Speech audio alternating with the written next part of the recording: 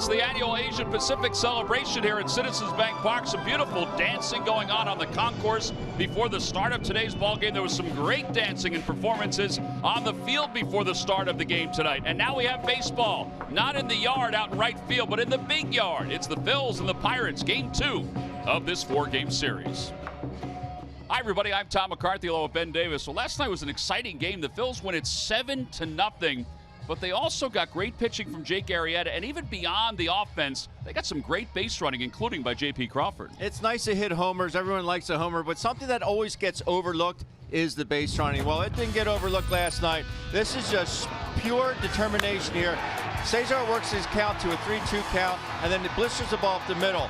Now, J.P. Crawford, he doesn't stop. Dusty Wathan doesn't stop him. Comes all the way around from first base. And this is a perfect example of why you run as hard as you can until someone tells you to stop. Dusty Wathan said that Jose Flores got J.P. Crawford started early. He said right at that point where he saw the throw go softly, he knew he could get him home and that he would score easily. 8.81 seconds from first base to home plate. So what did J.P. think of it? Greg Murphy had a chance to talk to him about it. Well, when you come to the ballpark, you never know what you're going to see. And last night we saw something we haven't seen since 1978, thanks to the legs of J.P. Crawford. You get a running start, obviously with a 3-2 count and 2 outs. But when that ball came off the bat, did you think to yourself, I'm scoring here? Oh yeah, definitely. I thought it was in the gap, so I was going hard all the way. And I seen my third base coach Dusty keep waving me, so there's never a stop in there. I just kept going. I saw that Jose Flores said that he told you ahead of time that, hey, if this is a base hit here, I want you to try and score. So you had that mindset going into it. Oh, yeah, definitely. I had it from the get-go, and, I mean, thankfully I did. Got Cesar 3 RBIs and, got our team the lead. 8.8 seconds for you to get from first base to home plate. The league average is 10 seconds. That's pretty impressive in a short period of time to drop a second. We knew you had wheels, but was it fun showing that off a little bit? Oh, yeah, definitely. I mean, anytime running around a base, it's always fun. Well, we spent about a minute with you right now. That means you could have gone around the bases about 5 or 6 times. So that's pretty darn good. Thankfully I didn't. All right, JP, thanks a lot for your time. Guys. All right, Murph, thank you very much. Yeah, it was an exciting part of last night's ball game. Another good pitching matchup. Ivan Nova, his 5th start of the year. Ben Lively, his 4th for the Phils. Lineups at first pitch when we get back. Phillies baseball is brought to you by Xfinity, America's best internet provider according to speedtest.net. By Toyota. The Toyota Camry, Highlander, and RAV4 have something for everybody. Toyota, let's go places. By Citizens Bank, official bank of the Phils. Visit citizensbank.com. And by Independence Blue Cross. Live fearless. Learn more at ibx.com.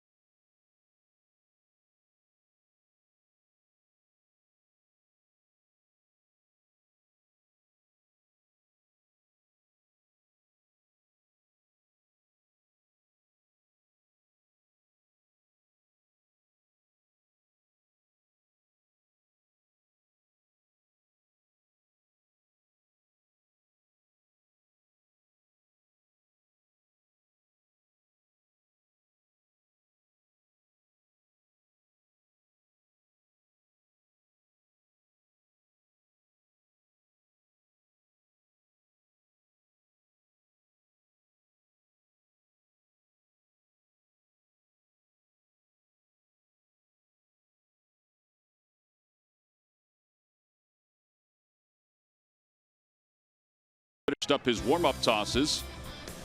Tonight's lineup is brought to you by Xfinity, America's best internet provider, according to speedtest.net. It's pretty much the same lineup as last night. In fact, it is the same lineup as last night, except for Ivan Nova, who will be doing the pitching.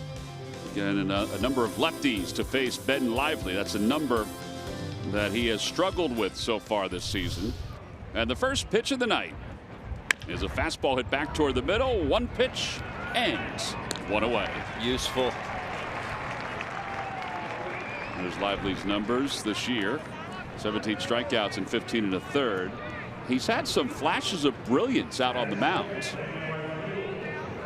He really could use a good game for himself. He's averaging 16.8 pitches per inning. I'd like to see that come down. Predominantly fastball, curveball. Will sit about 91, but despite not being overpowering, he can climb the ladder with that fastball.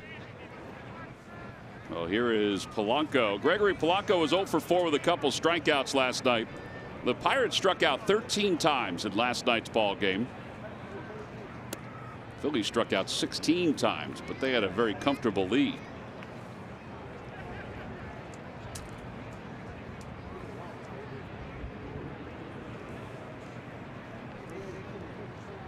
Inside, 2 balls and no strikes.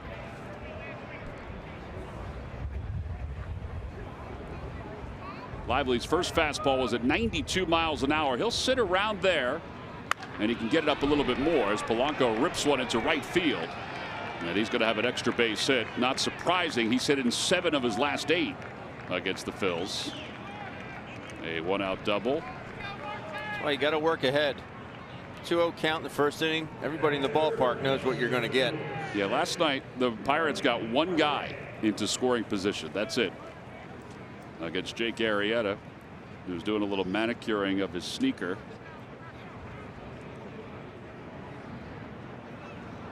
Pretty sharp sneakers, Ben.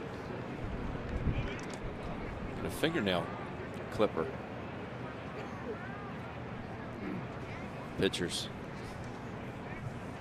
Here's Starling Marte. Marte 0 for 3 with a walk in last night's game. Had a fastball just off the outside corner. I was driving home last night thinking about the movement that he had on his pitches last night. It was something else. Clint Hurdle said that it was the best movement he's seen from Jake Arrieta since 2015. Saying an awful lot. And we saw the swings and misses, and Clint talked about that as well. The first 2 games, Arrieta had 9 swings and misses. Last night he had 14 swings and misses, which is the most since he had 15 in early last year. Fastball topped off at just under 95 miles an hour. Shallow right field. Aaron Altair battling the wind, and he's got to go a long way and makes the catch. Wow. And folks, where he started and looked up, that's where the ball was heading. But the wind is whipping in from left center field. Time for our Nissan upgrade to the technology of tomorrow today. The Phillies ERA for a staff is 3.26, second to the Diamondbacks. The starter staff, though, is tops in the National League at 3.14. As Bell takes inside, 1-0.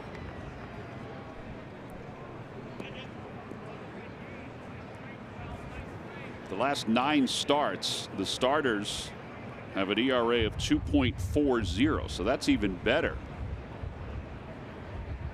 which is a good sign. And unfortunately for Ben Lively, it probably would be a little higher if not for his last outing. And he only allowed 3 earned runs.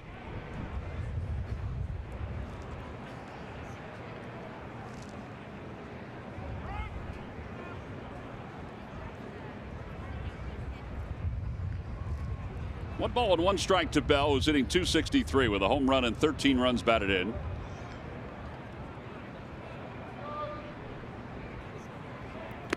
Breaking ball, 1-2. Or excuse me, 2-1.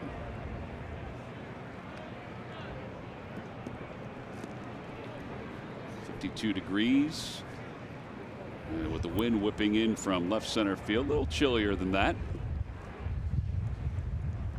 Bright sunshine for most of today, though. That was good. Beautiful day.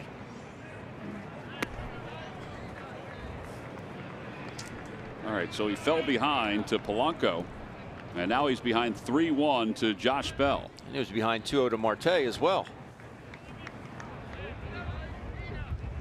Hence the split, 7 balls, 4 strikes.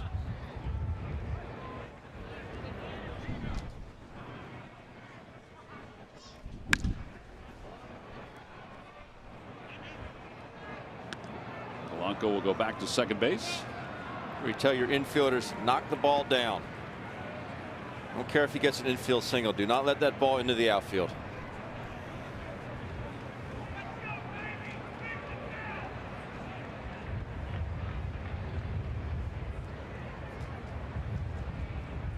Broke his bat, spins it out towards Cesar.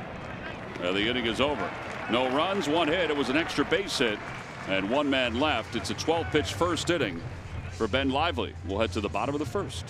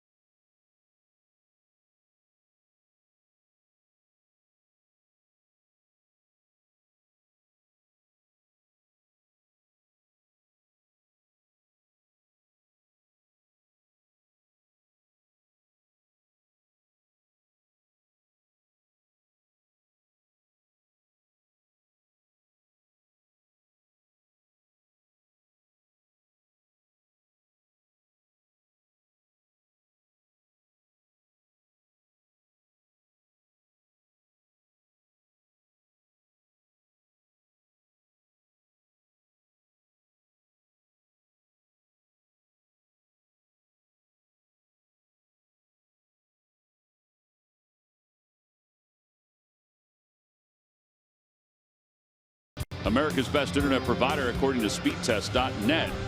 It'll be Cesar, then Carlos Santana, and Odubel Herrera. Odubel's reached base safely in 20 consecutive games. That's 1 off his personal best, but he has been red hot for the Phils. Now that lineup will face Ivan Nova. Nova, the 31-year-old from the Dominican Republic. He doesn't walk a lot of guys, Ben. 4 walks in 24 innings of work so far for Nova. Very good year last year. And he will throw his fastball 72% of the time. It's a good one. It's about 92, 93. Mixed in a change and a curve, but overall very good numbers against the Fighting Phils.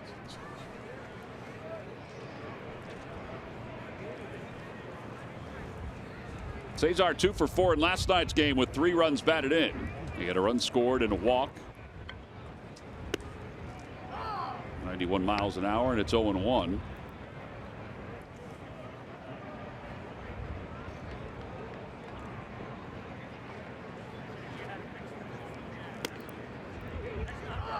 Two. Little delayed call by Tony Randazzo. I think he got the call right, though. Veteran Randazzo behind home plate. And the 0-2 pitch.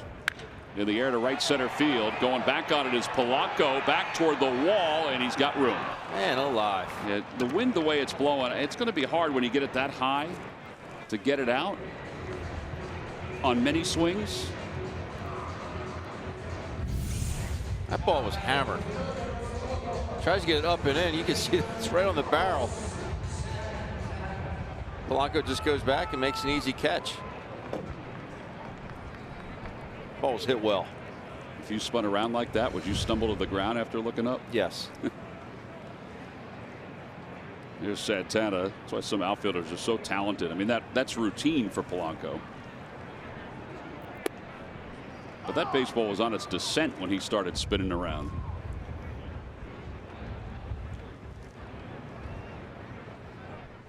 Santana hitting so far in the year 253, or excuse me, 141, with 2 home runs and 10 runs batted in. opposition hitting .253 against Nova.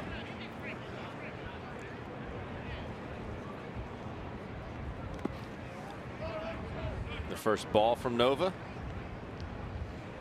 Yeah, Nova pretty much opposite splits. He's better against lefties than he is against righties. Righties hitting .296, lefties hitting just .200.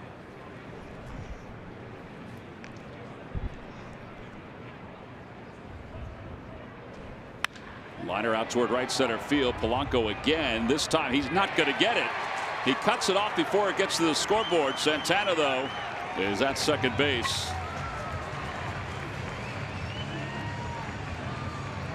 A one-out double for Carlos Santana.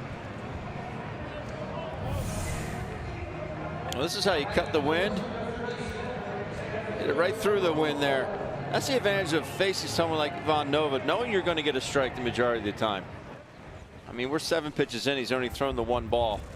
Good looking swing there by Carlos. And now Odubel, who has reached base safely, as we mentioned, 20 straight games. Odubel hitting .333 with a home run and 7 runs batted in.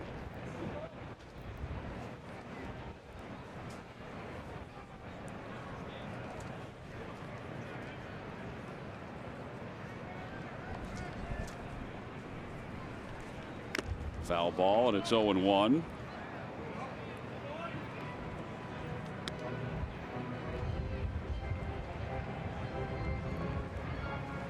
Odubel had 2 hits and 2 RBIs in last night's ball game.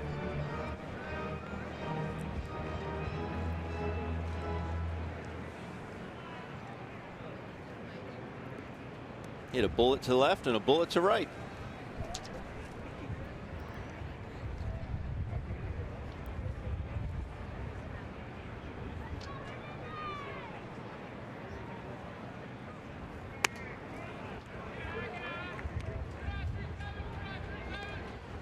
Tell you, that went in at 92 miles an hour. I don't know how you felt about it, but it didn't look like it had a whole lot of zip on it. No. But it was 92 miles an hour. That's because of Nova's. He doesn't look like there's a whole lot of effort out there, but the ball still will get on you. He's a big guy, 6'5", 250 pounds. Originally the property of the New York Yankees. They'd probably like to still have him at this point. He has 71 wins, 56 losses during his career, and an earned run average of just over 4.2.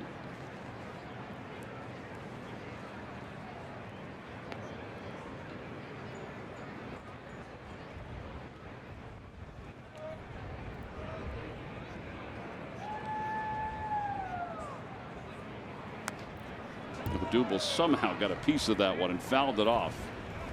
And it remains 1-2. There's that hand-eye coordination that I always talk about. Boys and girls, do not try this at home. Wow, look how low that ball was. But he had committed to it, so he needed to do something with it.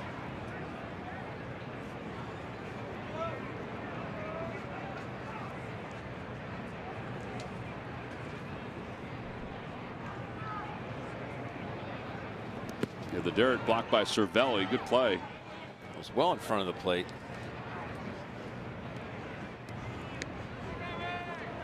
Cervelli was very familiar with Ivan Nova from their days with the Yankees.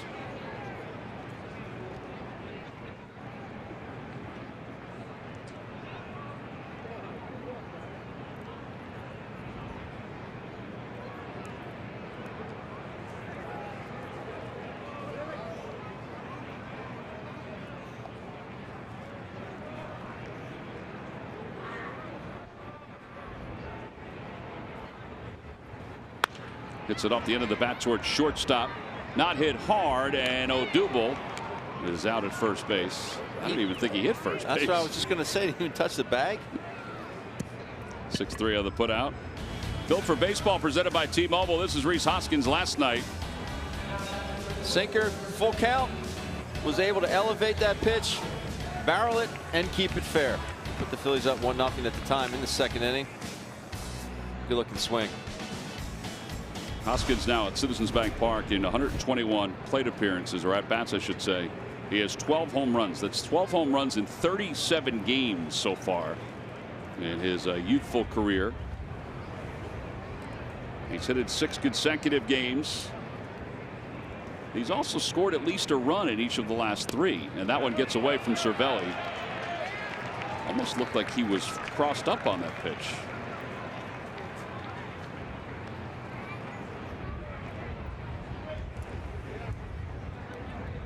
I think he was crossed up on that. Well, he's not going to have to worry about it with a man on third now.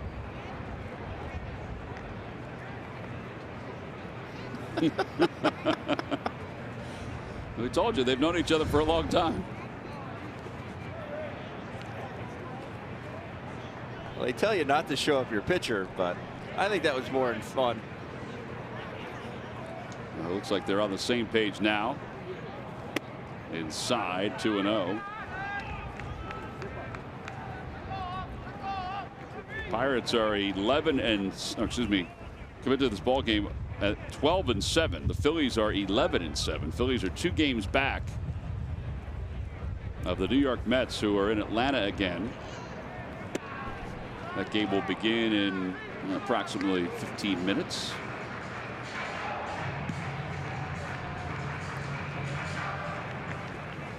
.7:35 start time. It's all about parking, Ben.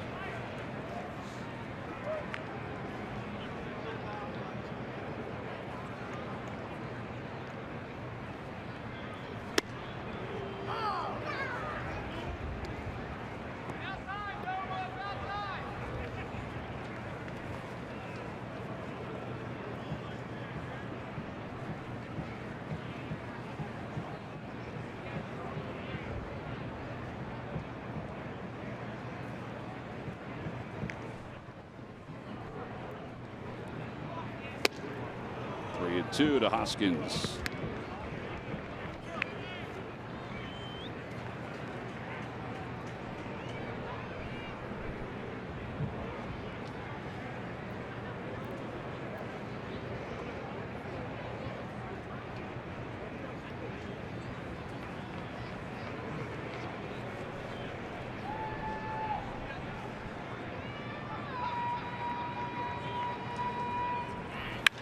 Over toward the hole at shortstop. Jordy Mercer's got it, and he slings it across the diamond in time.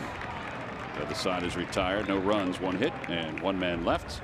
Over at third base, we've played 1. There's no score. Let's check in with Greg Murphy, who's with Bill Welke, the crew chief of this umpiring crew, and they've got a very special topic to talk about. Murph? All right, thank you very much, guys. I'm here with Bill Welke, and we're talking a little bit about this great work that the umpires are doing. Tell us a little bit about what's happening this week and over the next 10 days. I will. First of all, thank you for having me. This is the most important 10 days of the year for umpires. This is our chance to help raise funds towards our charity, which is Umps Care. Through baseball's assistance, we on their website, mlb.com/umpscare, we have a numerous amount of special packages available for people to donate and to win, to bid on. Many things, memorabilia, trips, lunches with umpires, visits to ballparks, on-field experiences. The Phillies were kind enough to donate a VIP stadium tour and 4 game tickets. We want to thank them especially for doing that. We do really important work. We have 3 main initiatives through our charity. And the first one is kids waiting to be adopted. We have a ticket program where we invite them to the stadium. We give them a gift bag. We get to bring them out on the field before the game. Some of these children have never been to a game, and not only do they get to come to a game, but they get to come on the field, which is a wonderful experience. We also have our Build-A-Bear program where we visit children's hospitals. We visit over 130 children's hospitals, donating Build-A-Bears. We go right in a room and bring a smile to a kid's face that's going through a tough time, a family that's going through a tough time. And lastly, we have a college tuition program where we help older kids that have been adopted a little later in life to help them through college. But this is our chance to give back. Baseball's kind enough to let us be a part of we're a little piece in baseball's big wheel, but we're the human. This is our chance to show the world we're human. It's easy to see how much you enjoy it, too. Oh, this is a labor of love. Well, Bill, we appreciate your time. Good luck with everything. We'll put up the website and give people the information they need so they can help out the Umps Care program. Guys? All right, Murph, thank you very much. Yeah, it is a great program, and Bill and his brother Tim, they've been part of it for years. Tim's no longer umpiring, but also some of the retired umpires who first started this have a huge influence in it. So it's nice that we were able to give them a little time to talk about it. And you saw the website. You can see the passion that he has for it. It's great to see. We go to the top of the second, and Corey Dickerson leads it off. And a pitch on the outside corner. It's 0-1. Corey did not agree with that. I don't think he did.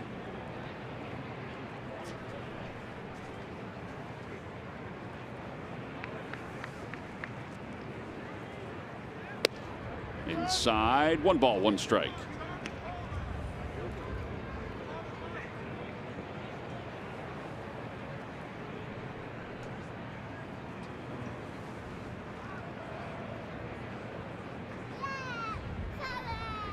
Swing and a miss. That was a good slow curve. 1-2. And this was the pitch that eluded him in his last start. Did not have good command of that curveball.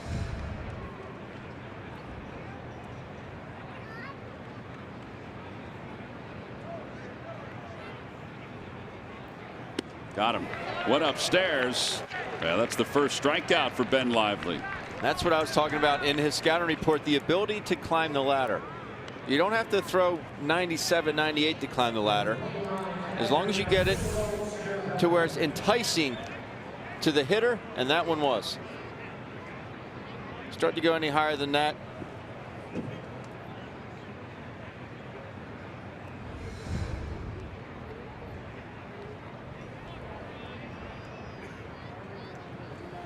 And now the first pitch to Cervelli. Cervelli's been one of the best road batters in baseball this year, hitting .394 on the road. Overall hitting .278.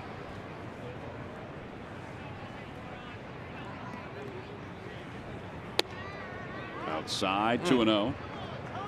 See how free and easy that was? Didn't seem like he was battling himself. That's the delivery I like out of Ben Lively. Free and easy.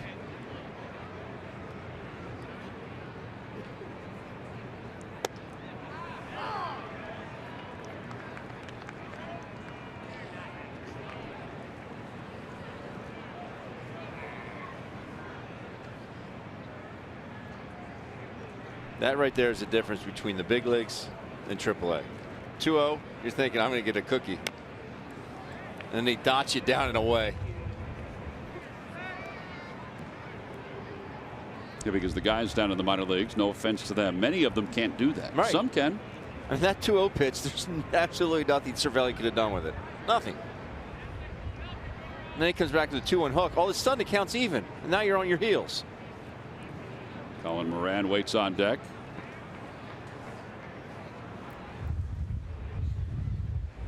And a base hit up the middle for Cervelli. He just went down and got that one. And that's his second hit of the series. And Colin Moran is coming up. Sunday, when the Phillies take on these Pirates, it'll be Tasty Cake Odubel Herrera Emoji Cap. That's free to children 14 and under. Go to Phillies.com to purchase your tickets.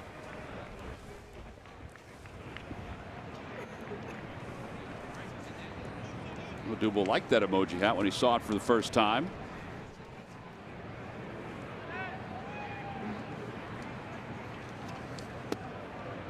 Just a bit inside and low. 1-0 to Moran. Have 2 day games coming up. Tomorrow it's a 4:05 first pitch.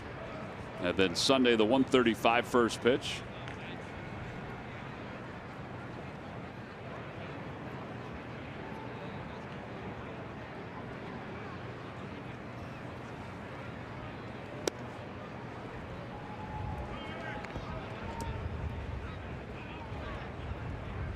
See the infielders lined up, 3 on the right side. Only Maikel Franco is on the left side of the infield.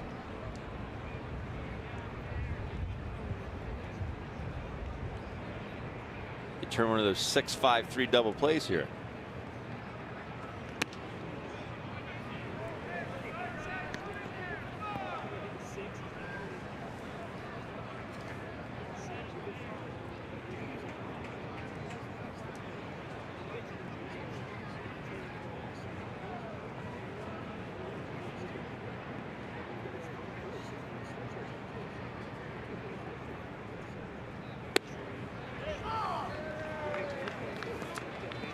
As a team, the Pirates are hitting .256, which is second best in the National League.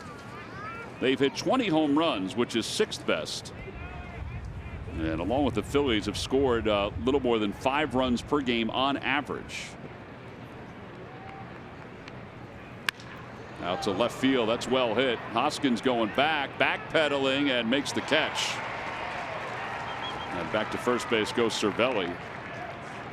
May have got caught in the wind a little bit, which was a benefit for the Phillies.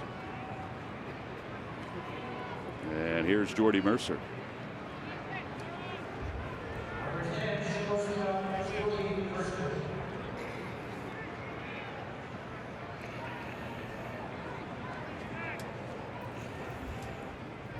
Mercer hitting .246 on the year. He was 0 for 3 with a strikeout last night.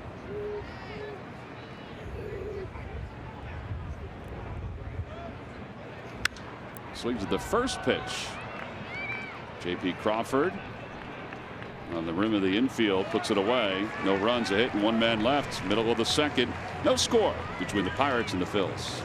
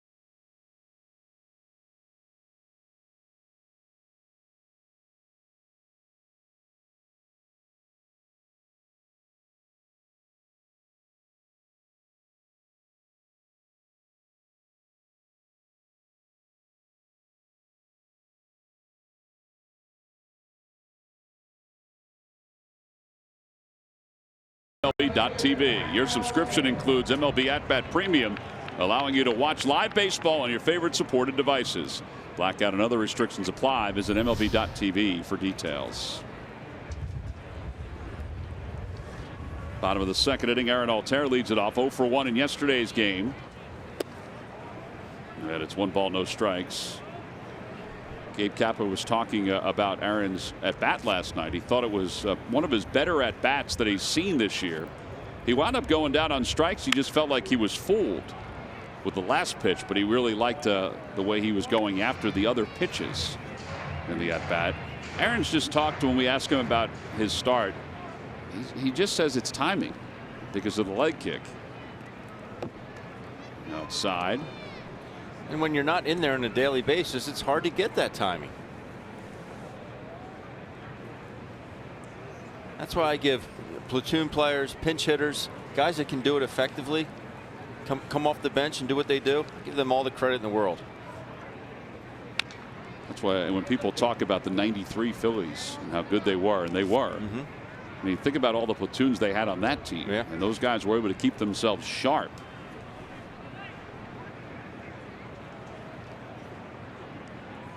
Here's the 2-2 pitch to Altair.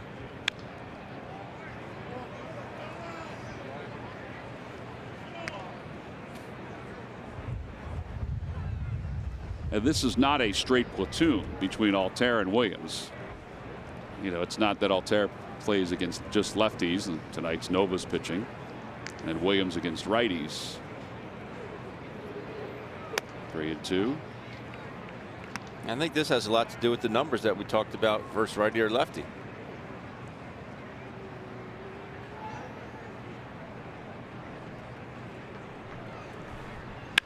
Pulled, foul. Nice play off the carom. I think one of us would have caught that one. No, we would have let it hit the carom and let Murph catch it.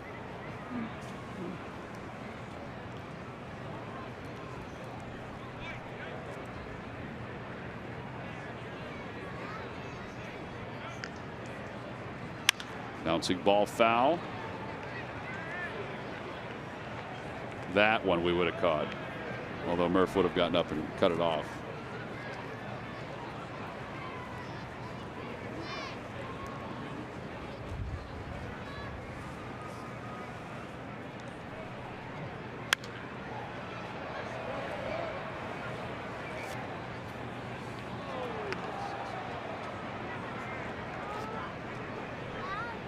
Keep getting that pitch count up there.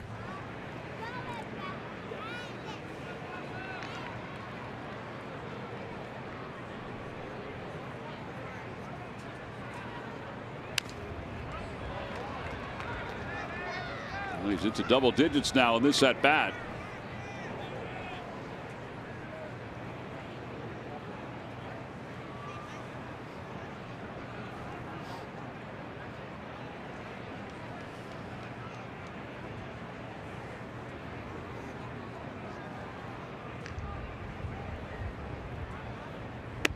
Had a strike 3 called. Threw him a changeup with the count 3 balls and 2 strikes.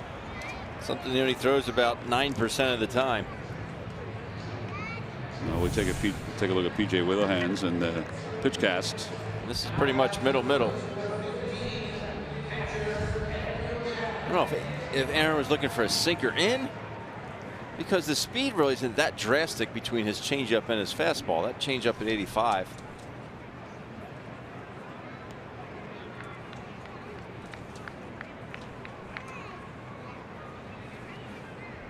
Andrew Knapp was 3 for 9 in the series against the Braves.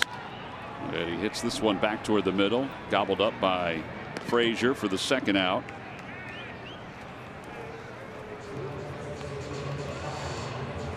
And here comes Michael Franco.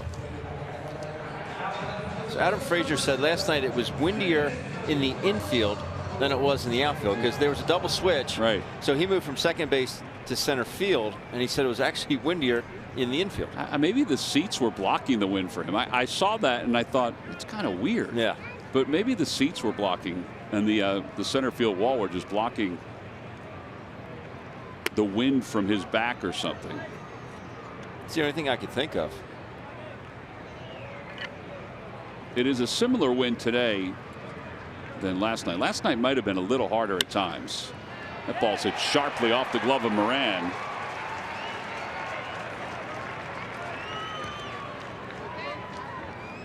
So the Phillies have their second base runner.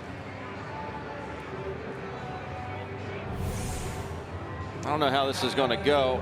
I wouldn't think this is a hit, but I hope Michael does get one. It has scored a hit.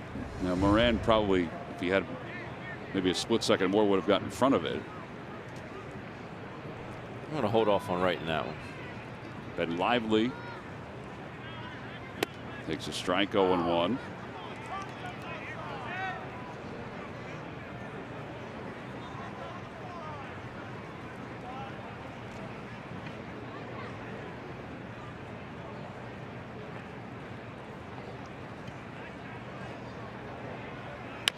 Over to third base. Moran gets another chance and he's able to make this one. 5-3 on the putout, no runs. Hit, one man left, onto the third.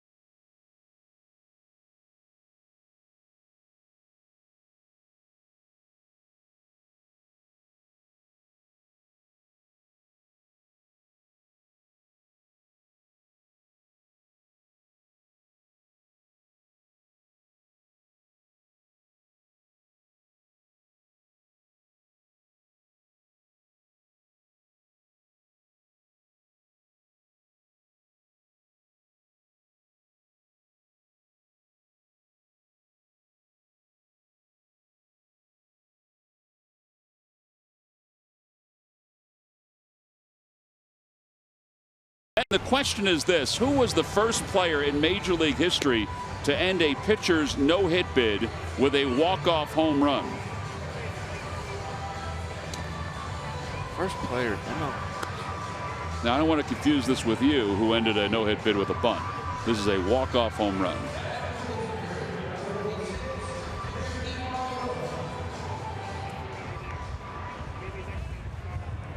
I feel like I know the answer to that. Well, you will in a few innings. What's your brother doing now? What's little Joe doing tonight? Not even going to respond to that. Here's Ivan Nova as we go to the third. By the way, you're not working this week with the Diamondbacks in town, are you? I am. You are working? Oh, good.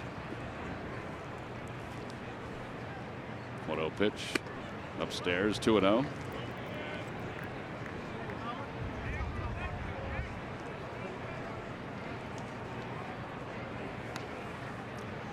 So the first 9 hitters, he's gone either 2-0 or 3-0 on 5 of them now.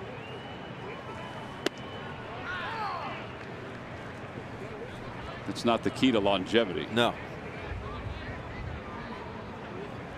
And a 2-1 pitch to Nova. And he whacks it off his leg. 2-2.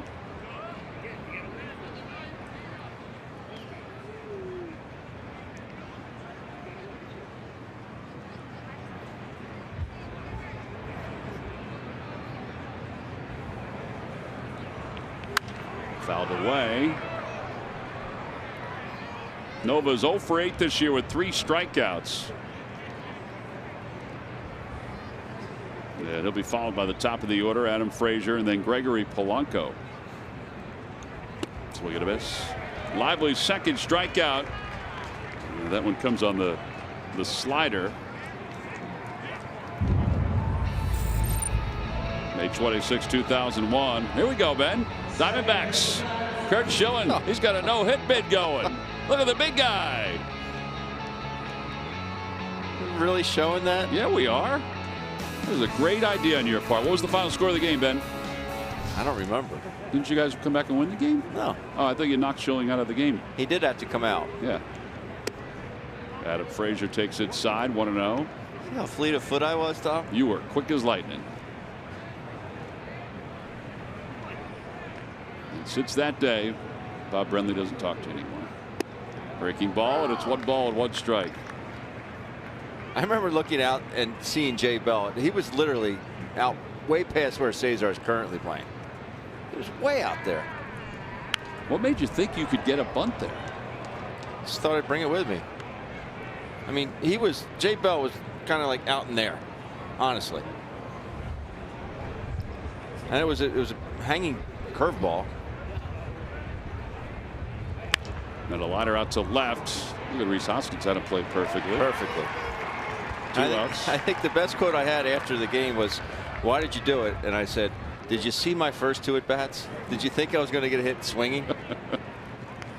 Well, you also wanted to win the game, though. Yeah, it was 2-0. Tying run came at the plate. So, and you guys did score a run, right? I believe we did, yeah.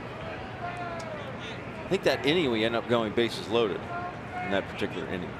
Put pressure on the man. Yeah. He was dynamic that night. I mean, just, oh. As he was throughout his career. Polanco doubled his first time up, takes a curve and way out in front of it, 0-1. Arizona 3, San Diego 1 is the final score.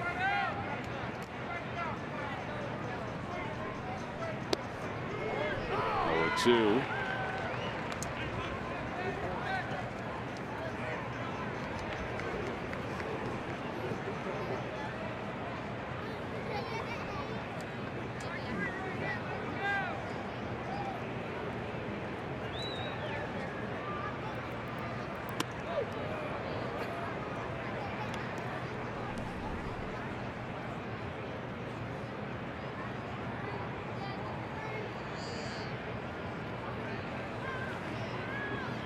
In the dirt, 2-2.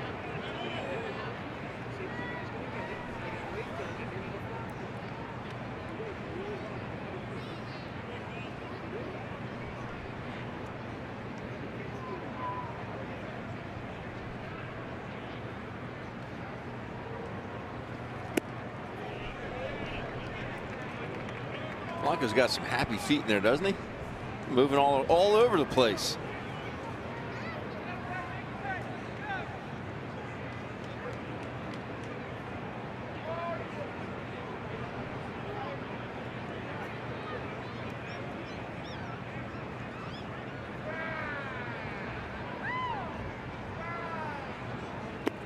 A low ball 4, so he loses them.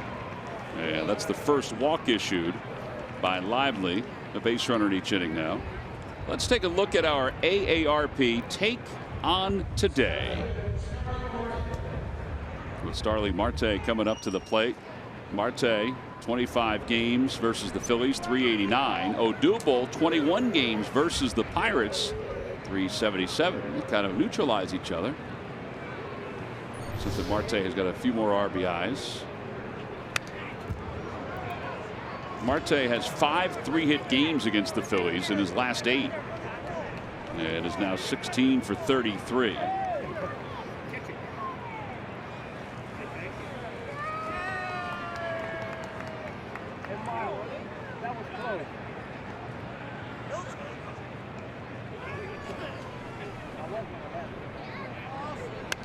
Oh, 2.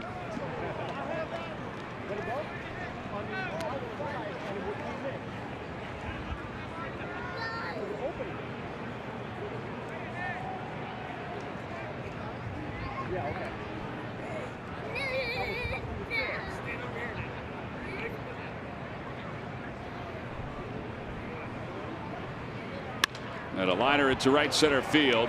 Polanco stumbling around second, will get to third. The Pirates now with runners on first and third with 2 men down. That's the 3rd hit for Pittsburgh in the ball game. And it brings Josh Bell to the plate. Last night we had the question about Josh Bell and the rookie home run record for a switch hitter in the National League. Josh Bell last year had 26 home runs and 90 runs batted in. So shockingly, he is the leader in that category. But the reason I say shockingly, because Ian Happ was right behind him last season with 24 home runs. Correct. And both switch hitters. Pitches high, throw to second base is on one hop, not in time as Marte gets in the scoring position. Well, for everybody out there that wondered, what about Chipper Jones? Chipper Jones, his rookie year had 23 home runs as a switch hitter. Lance Berkman had 21. He was after Chipper.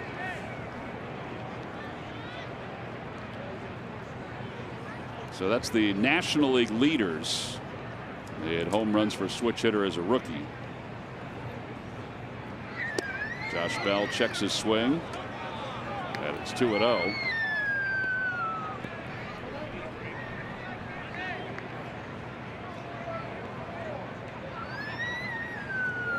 How many Mickey Mantle hit as a rookie? Well, when we were doing the question, my first thought did not go to Josh Bell, even though you correlate it between the team you're playing and the question a lot of times. And then when I looked down at the answer, I was surprised.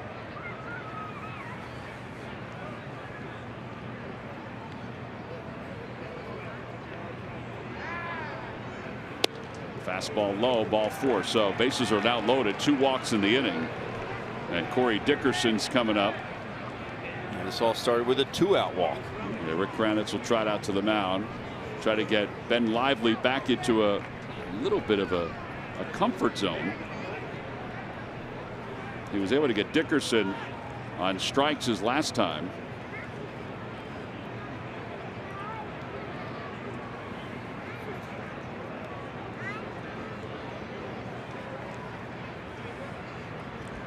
Well, this gives us a chance to remind everybody Scott Kingery has had a remarkable start to his MLB career. Now Jim Salisbury sits down with the Phil's rookie on his next At the Yard podcast. They chat about his surprising route to the majors, the inevitable comparisons to Chase, and your Twitter questions.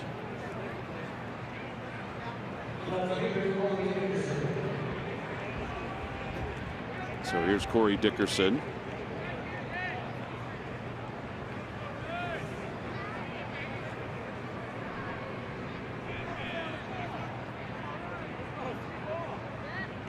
First pitch, fly ball to left. A high fly ball to right field. Aaron Altair is under it, and he will put it away. I'll take it to right as well.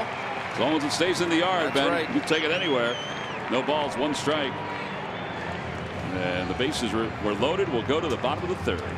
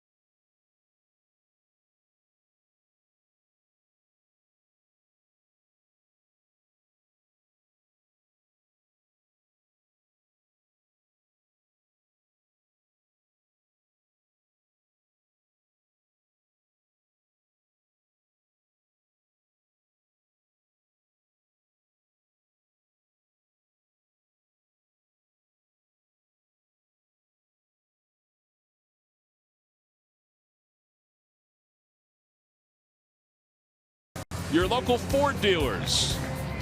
And by Geico. 15 minutes could save you 15% or more on car insurance. Bottom half of the 3rd inning. And J.P. Crawford leads it off. It'll be Crawford, then Cesar Hernandez and Carlos Santana. We kind of highlighted J.P. Crawford in the open tonight when he scored from first on the single by Cesar Hernandez. I asked Dusty Wathan about it today, and Dusty said that it really wasn't that hard to consider sending J.P. Crawford. He said when he decided to do it was when Marte just looped the ball toward the second baseman, the cutoff man, as he lifts that one down the left field line. On the run is Dickerson, and he puts it away, and 1 out. He said at that point he felt like it was a great chance to take, but he didn't think it was going to be close. He really felt like once the ball left Marte's hand, he was in the clear. So I said to him, I said, well, last year you were coaching third when JP had the inside the park home run where he had to get around the catcher to score. I said, was it similar to that? He goes, oh no, I thought he was going to be out on that one. Cesar bunts, and it's foul. It's 0-1. Now, we mentioned the last time the Phillies had somebody score from first on a single was back in 1978. It was Jose Cardinal who had the base hit. Well, it was Larry Boa who was the base runner at first base. And Larry told us today, he said it wasn't a 3-2 count. He took off, and he knew that Jose Cardinal, or he thought Jose Cardinal was going to go to second base. And if he did, that he'd probably be out. So he figured what the heck, he would try to score from first back in 1978. I said to him, I said, did you need the third base coach to help you out with that one? He goes, no. He goes, I was going on my own instincts. And then he wound up scoring. Doug Rao was the starting pitcher in that game. 2 balls and 2 strikes to Cesar.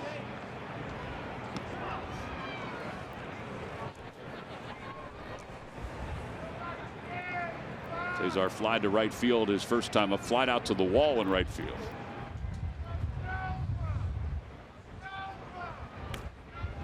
Three and 2.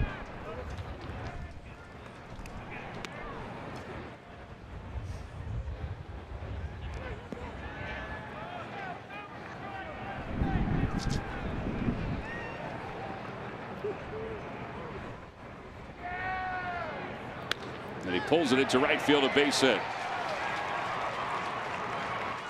Ball got away from Polanco. And Cesar holds up at first, and here's Carlos Santana. Isn't it amazing you can swing that easily at a baseball and hit it that hard? I mean, that was just as free and easy, all hands, free and easy as you're going to see. There is zero effort in this swing. Look at that. He hits a seed to right field.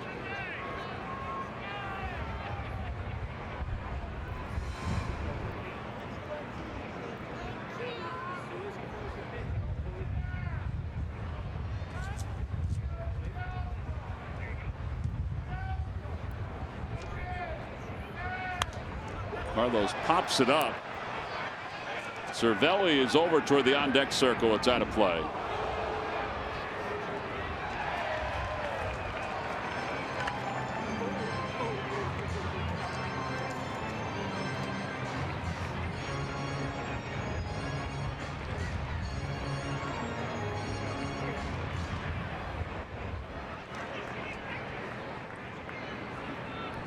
This happy little girl's got the baseball. Perfect bounce.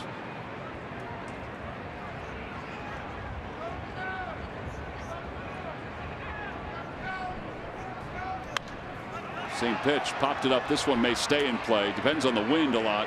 Cervelli is back and makes the catch. Nice play. 2 outs.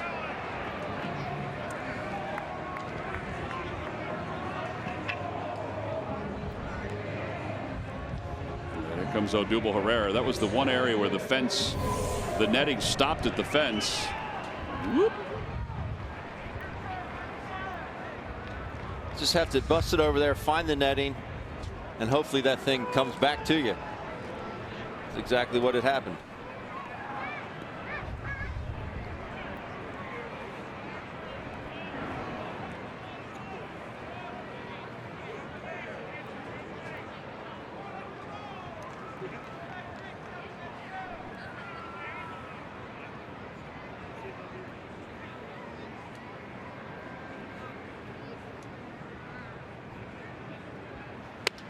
Inside, and it's 1-0. Ben, you were asking about Mickey Mantle. Yes. And how many home runs he had his rookie year. Well, Tony Clark is the all-time leader in home runs as a switch hitter in the American League as a rookie with Eddie Murray. Okay. Both with 27. I have scrolled down through the top 50 players in American League history, switch hitters, and Mickey is not on that list. Really? Yeah. What is he doing? Well, take it all the way. He went into his leg kick and then stopped. Watch this. Watch this. What in the world? It's a good pitch to hit, too. It was. It was a fastball.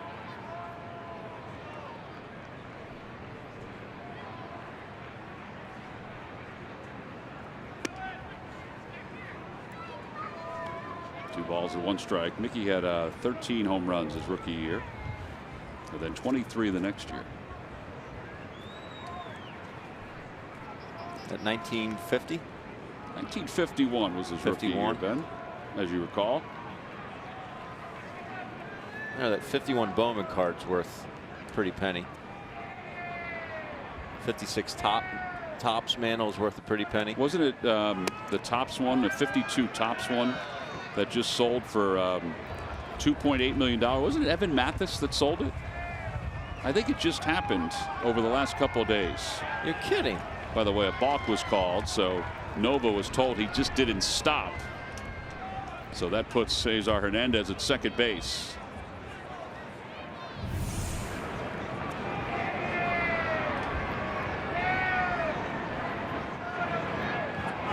I thought he stopped. I thought he stopped.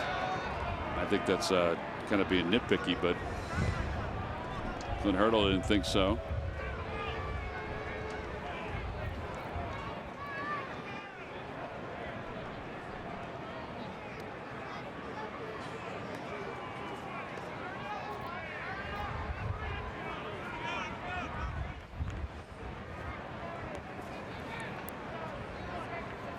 Cervelli's not happy about it. The count I think it's 2 balls and 1 strike. I don't think it's 3 and 1. Yeah. Because the pitch didn't count. Correct.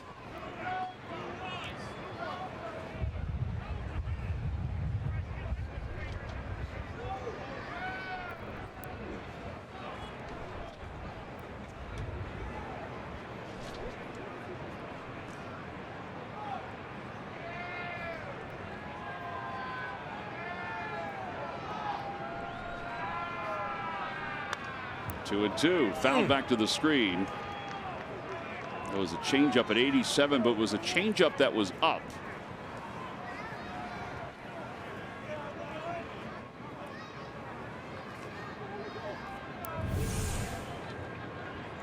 This is another good one to hit.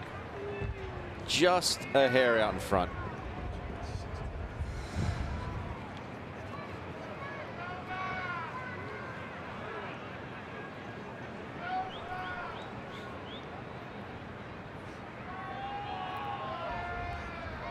In the dirt, 3 and 2.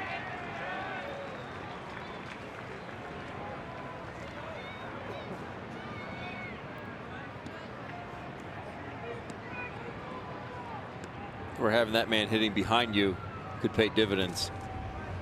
Thinking he's got to give me something to hit. He doesn't want to walk me here. Have first and second with Rhys Hoskins up. But Odubel's doing his share of damage this season as well. He had a couple RBIs in last night's ball game. 3 balls, 2 strikes with a runner at second base. Swing and a miss. Got him with a changeup. And Odubel is the final out of the inning. Second strikeout for Nova. Phillies leave 1 in scoring position.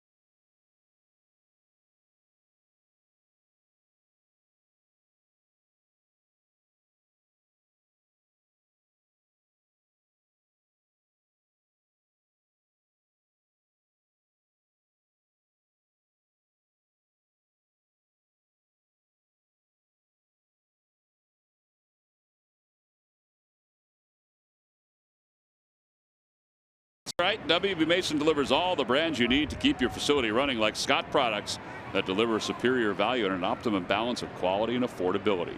Who but WB Mason? Here's Cervelli. He singled his first time up, 1 for 1. It's that one well deep to left field. Hoskins going back. He's got room, and he'll make the catch. Let's see. That's would you say 3 balls on a different night that would have been out of here? Yes. I think Dickerson's would have gone as well. Yep, I agree. And Cesar's, now Cervelli's. Colin Moran flied out to left his first time, 0 for 1.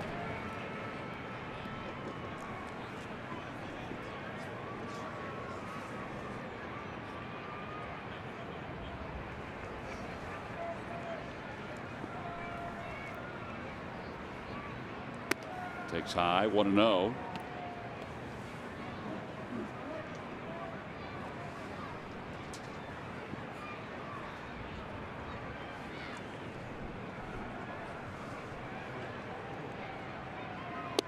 One ball, one strike.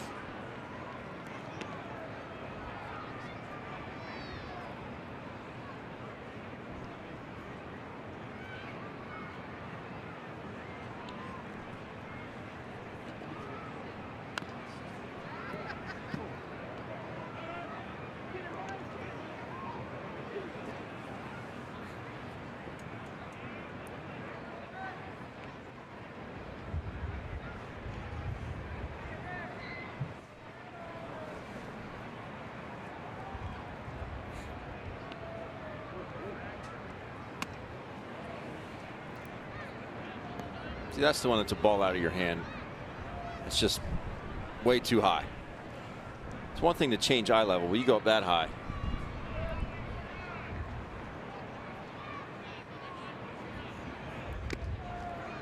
The count remains 2-2 as the ball pops in and out of the glove of Andrew Knapp.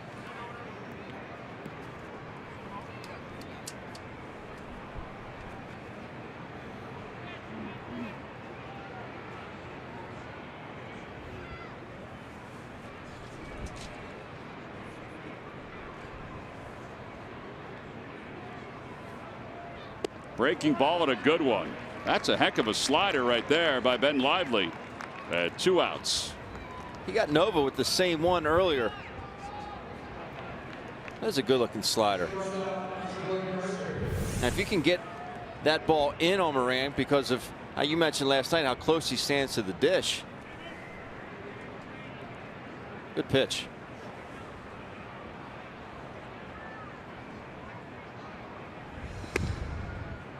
First pitch to Jordy Mercer is in there. It's 0-1.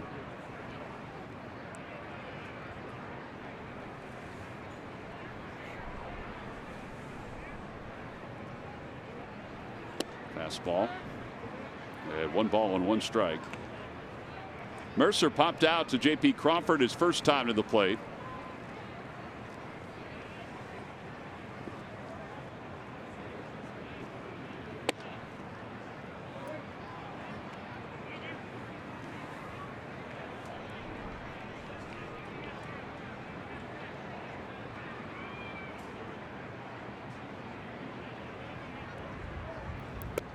Outside and low, 3-1.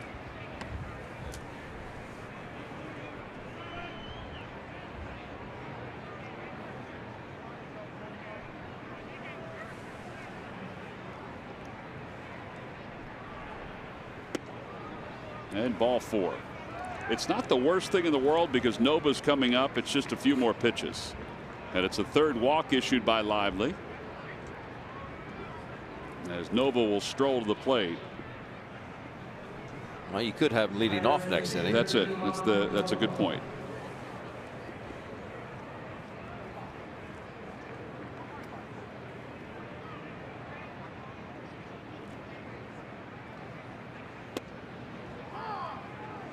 Tonight's ball game is also available in Spanish. Just use the SAP button on your television or change the language through the menu on your cable box.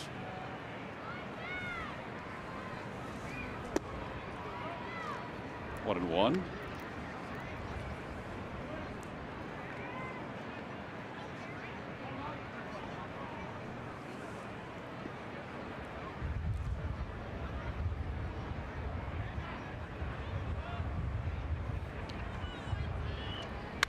Popped it up. Santana will give it a look, and it's already back into the seats. And it's 1-2. Ball got up to its apex and just went right. It's went dead right. You know, we talk about our vantage point and how good it is. On nights like this, when the wind is whipping the way it's whipping, we can see it. We can just see the ball go, just either left or right.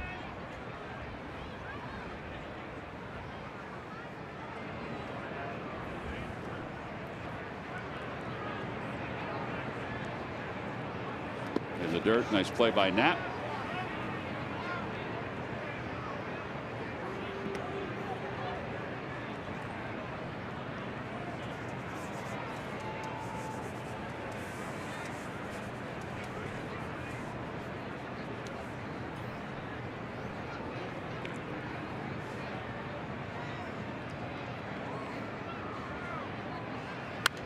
Another one popped foul. little extensive at bat here for Ivan Nova. Well,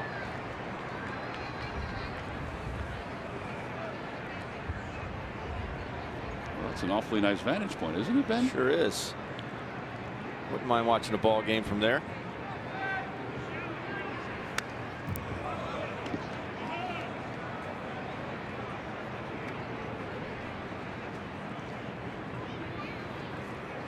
I can't believe that guy brought a camera that big to the game.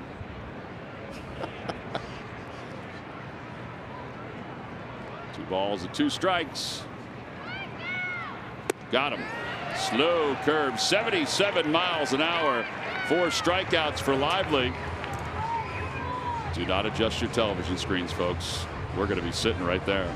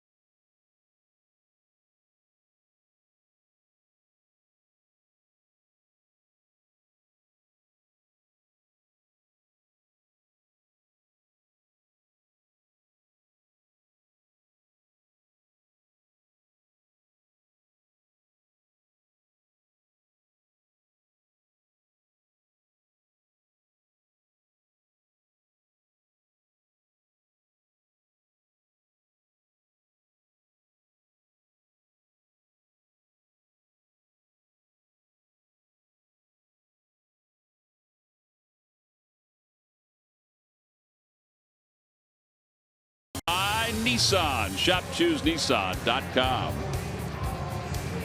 We move on to the bottom half of the 4th inning. A scoreless game. Little different story than last night. Well, you're going to need those cups of coffee, tea, hot chocolate today. I think he was singing along to that song. Look like it. Yeah, he was. Let's watch. No.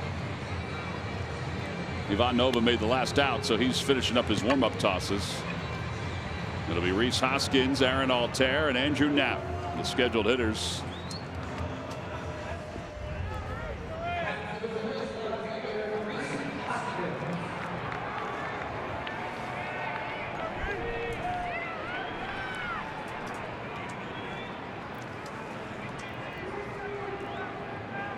Hoskins grounded out to shortstop his first time up. He hit it sharply toward the hole. So he's 0 for 1, 1 for 4 in the series.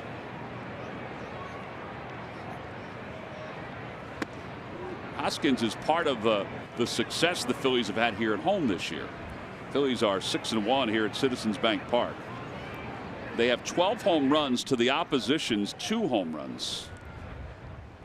Now there was a time while the Phillies were going through the rebuild, which they're still going through, but the building's getting taller.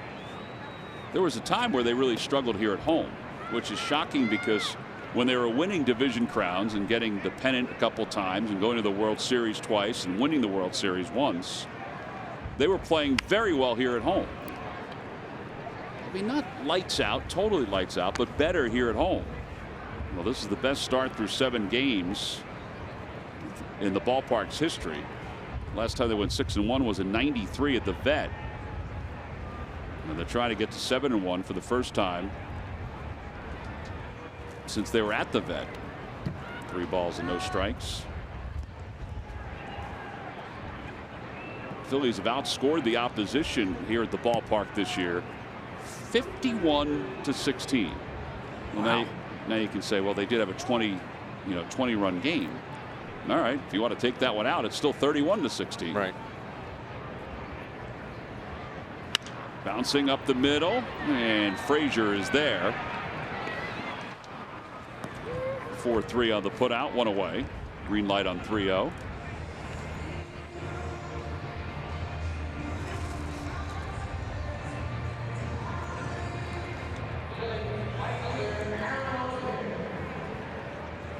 And here's Aaron Altair.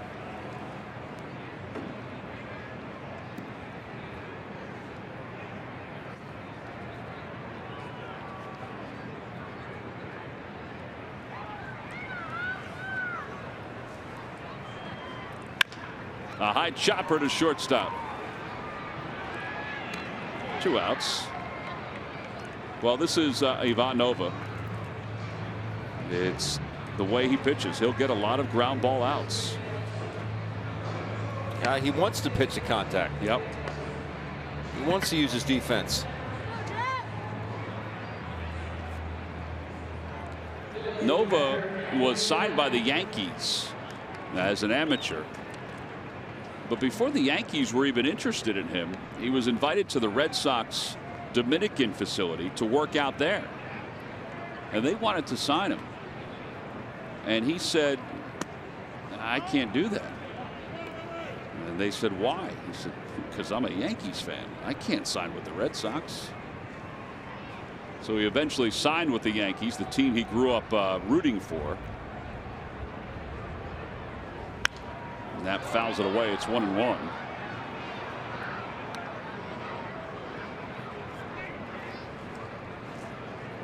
Then made it to the big leagues with the Yankees. Had a lot of success with them. I think a lot of people were surprised when they dealt him.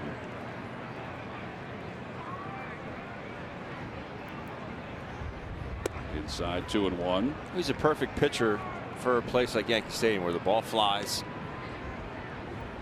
Put the ball on the ground, you're going to have more success. Yeah, 6 of his outs so far have been recorded on the ground. One of the other outs was a pop up to the catcher. And the 2-1 pitch. 2-2 to Knapp.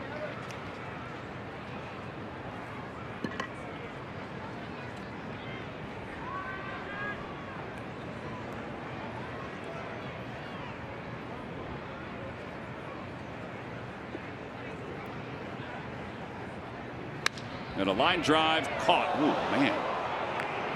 That caught him. Yeah, I don't think Jordy Mercer thought that was going to sink as quickly as it did. Phillies go down in order. We've played 4 scoreless as we go to the 5th inning.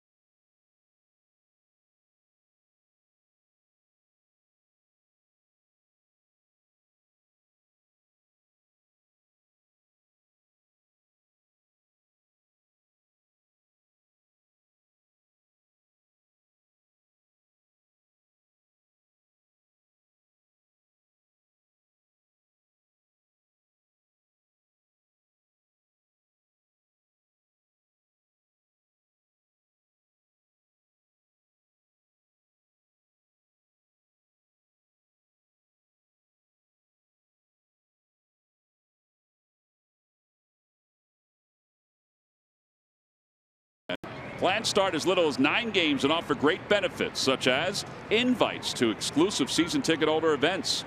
Go to Phillies.com or call 215-463-5000 for more details. I like that jacket right there. Maybe you can get that for the girls, Ben. Very well could. He's in the ladies section. Gray sleeves. Frazier takes a fastball outside. 1 ball, 1 strike. He's just trying to get me to spend more money on my girls. Yeah.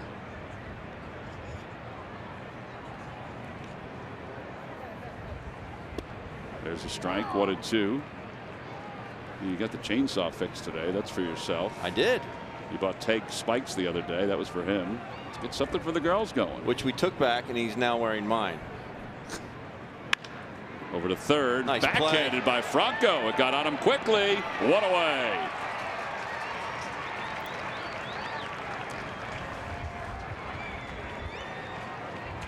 Well done. That ball jumped off his bat, Frazier's bat. It did. It kind of kept scooting away from him, too. Gets that ball well behind him. Good strong throw to Carlos at first.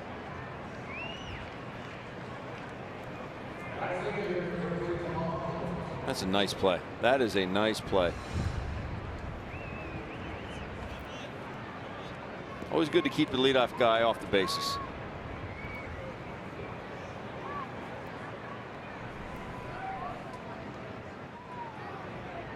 Here's Gregory Polanco, who has been on base twice.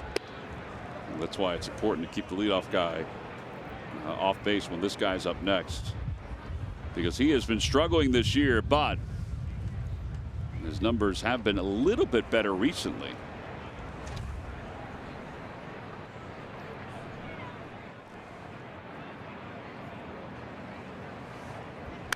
Bouncing ball foul. 1 ball, 1 strike.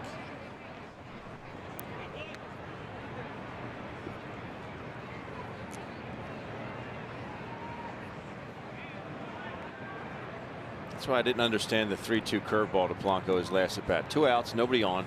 Goes with a 3-2 hook. Walks him. Next thing you know, you got bases loaded with Dickerson up. He's a guy that gets out and around everything, tries to yank everything to his pull side. 4-seamer up and away. If he takes you out to left, which he's not going to, tip your cap. It's 1-0. No big deal. I'll be darned if I'm going to walk a guy with a curveball in that situation. Curveball that's lifted out towards short left. Franco can't get it. And Polanco's going to hold up at first with a looping single. With the shift on, Michael does his best, but he's not the speediest cat. Still ended up going a long way for that ball.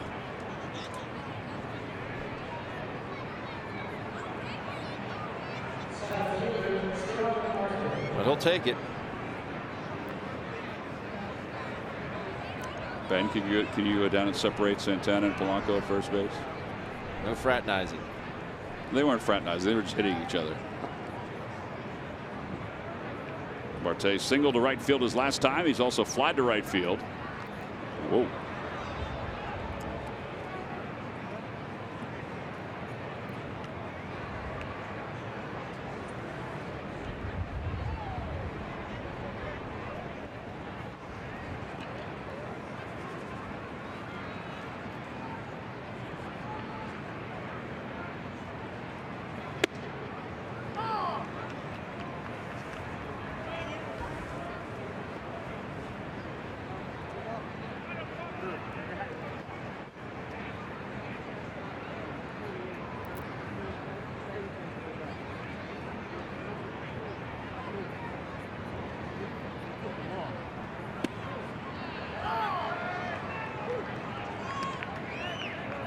It was 0-2 on Marte's last at bat, and up serving up a single to right center.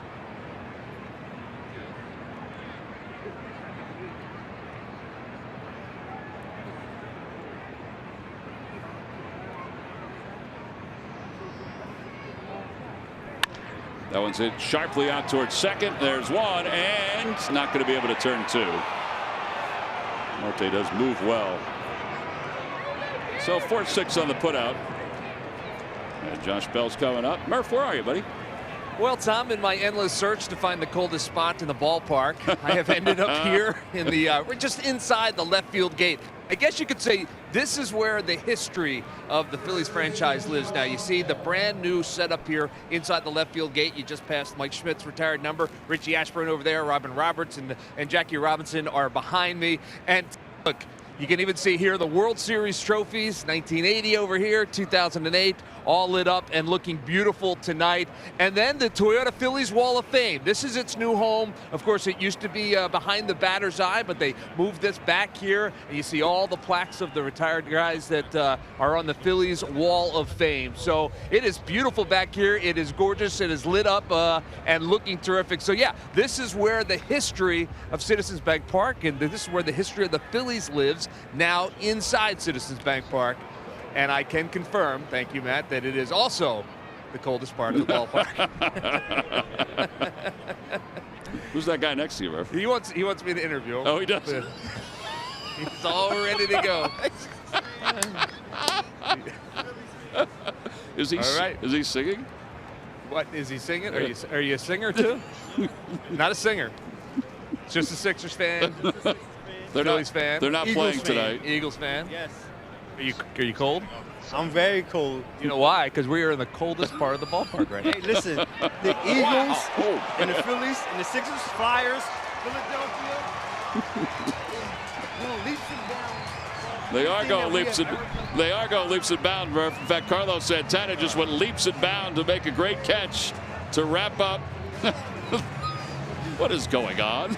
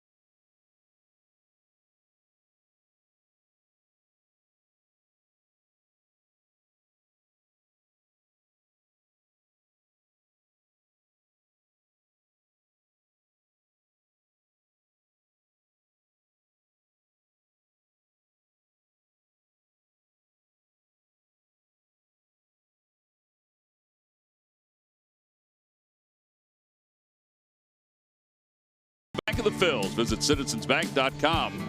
Well, last night Clearwater lost to Charlotte. Mickey Moniak, though, was 3 for 5. Lakewood defeated Delmarva. Jake Shiner was 2 for 4 with a double, triple, and an RBI. Durham leads Lehigh Valley 4-2 tonight. Mitch Walding and Nick Rickles have RBI singles for the Iron Pigs. Reading is on top of New Hampshire 5-2. Cornelius Randolph has his first home run of the year and also a sac fly.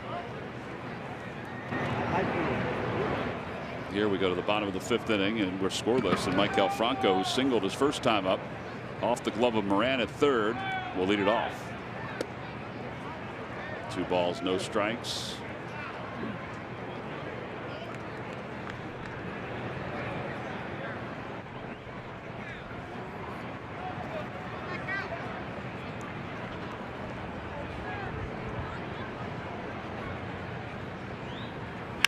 Hit sharply. Moran this time flags it down and makes the play. That's a fine play by the Pirates' third baseman. 1 out for Lively. I thought I had a chance to get down the line there for a second. Moran sprawls out. Gets to his feet quickly. Fires a strike on the first base.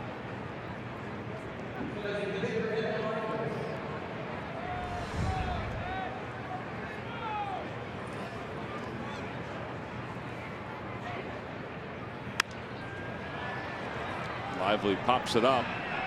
Got to run it out because everything's an adventure, particularly when everybody gets involved. As Frazier makes the catch, 2 outs. Mercer going. He just wanted to make sure nobody saw him.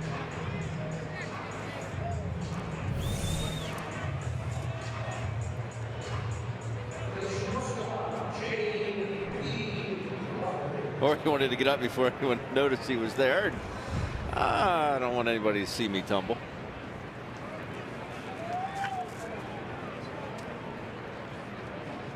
Two outs now for J.P. Crawford. 0-1.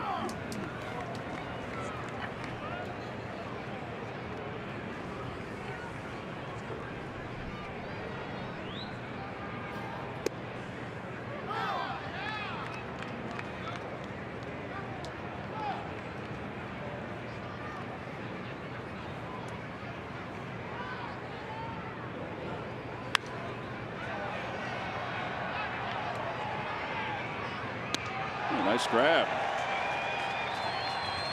No balls and 2 strikes. The gentleman with the 3 sweatshirts and the Schmidt jersey made a nice play.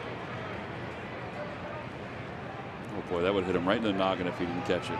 He had it lined up the whole way. He closed his eyes. It's all right. It was probably better.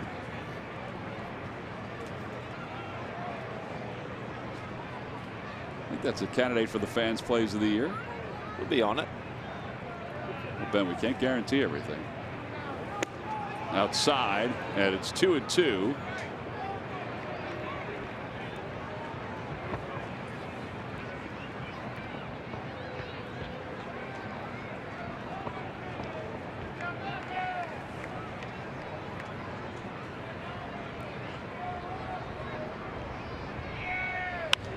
Fouled away.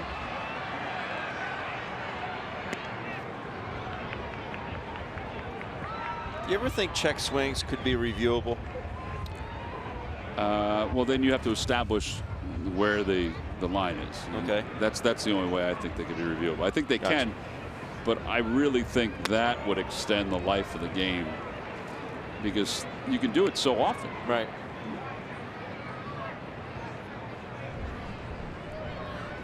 So yes, I think it can, but let's hope it's not. Yeah.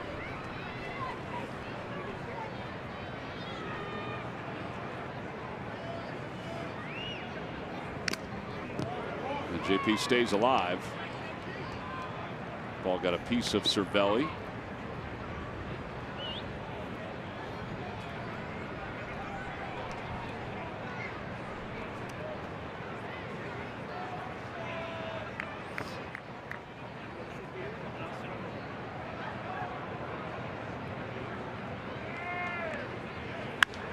Another one fouled away.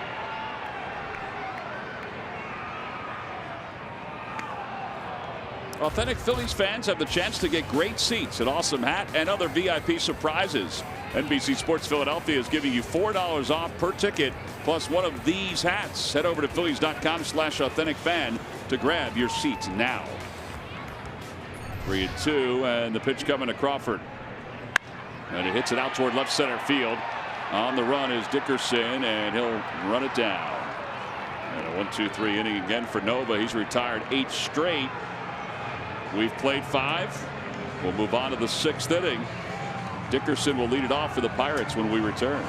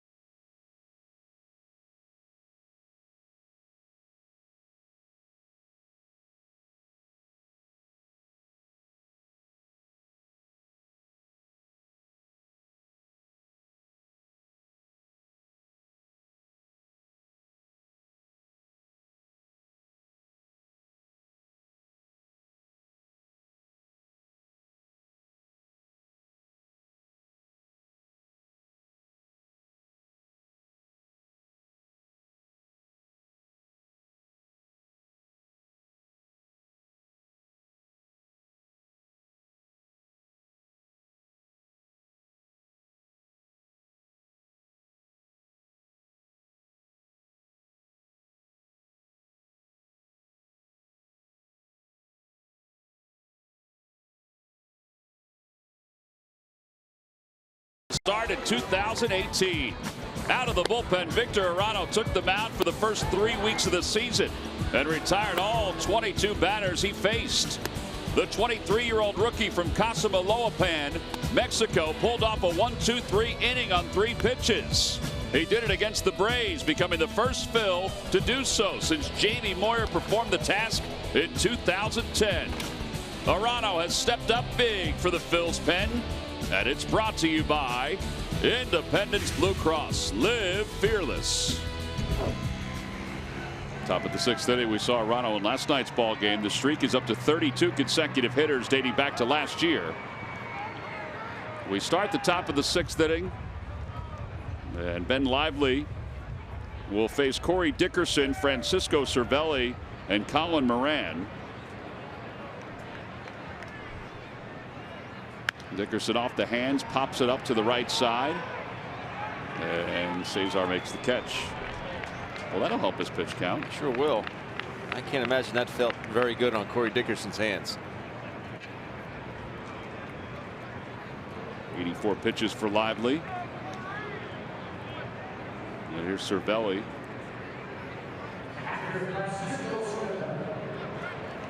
Later on tonight, the Red Sox will take on the Oakland Athletics in Oakland. The Red Sox are off to a 16-2 start. They're the 7th team in the modern era, that's dating back to 1900, to win 16 of their first 18 games. The last team to do it, the 1987 Milwaukee Brewers. But just to kind of put it in perspective, the 84 Tigers did it. Remember the start they got off to?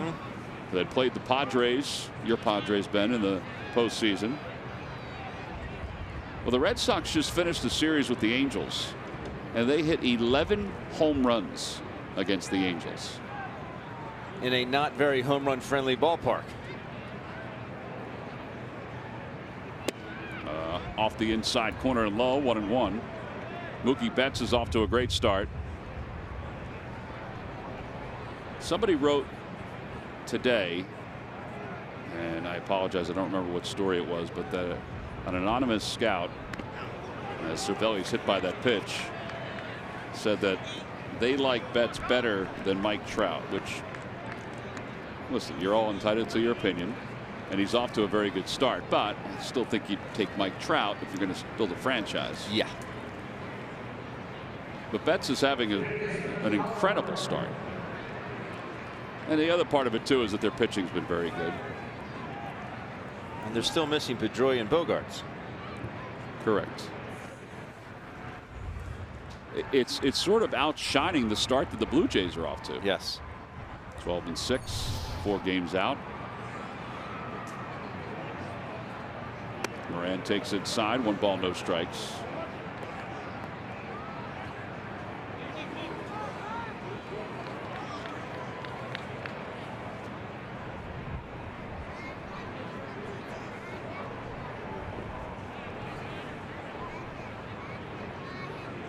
Mookie Betts, by the way, is hitting .391. He's 25 for 64.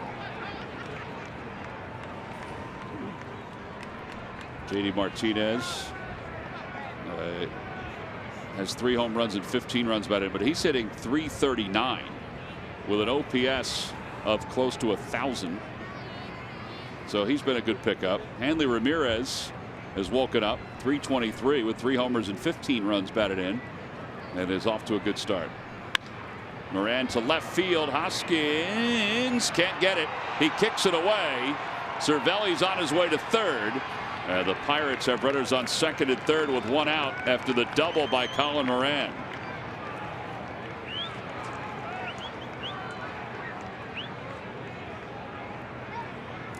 And Jordy Mercer's up. Ball just keeps slicing away from Reese. The wind knocks it down. He's lucky that ball didn't get by him. I don't think he gets any leather on it initially. Just a little bit. And he kicks it.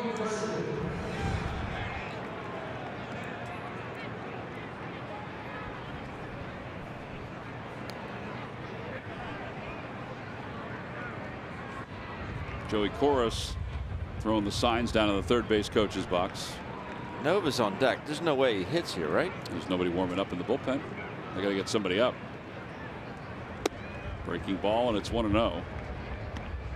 There he goes, Ben. Headed on back. Maybe just for a conversation. Adam Morgan's in the pen for the Phils.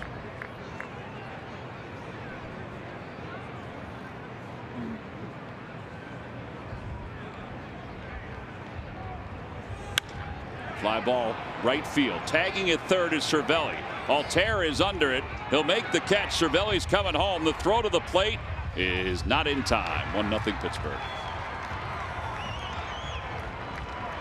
Hit batsman comes back to haunt him, but you can limit the damage here. Just that one run. Surprised Aaron didn't go to third base for that. I'm surprised that Moran didn't run the third base. I don't know if he was even tagging up. Yeah, it looked like he was. But yeah, I'd like to see Aaron go. That ball actually carried a lot farther than I thought with this wind. Nova struck out twice at his initial at bats. And he takes outside. 1 ball and no strikes. Well, a sacrifice fly from Mercer brings home Cervelli. And it's 1-0 Pittsburgh here in the 6th.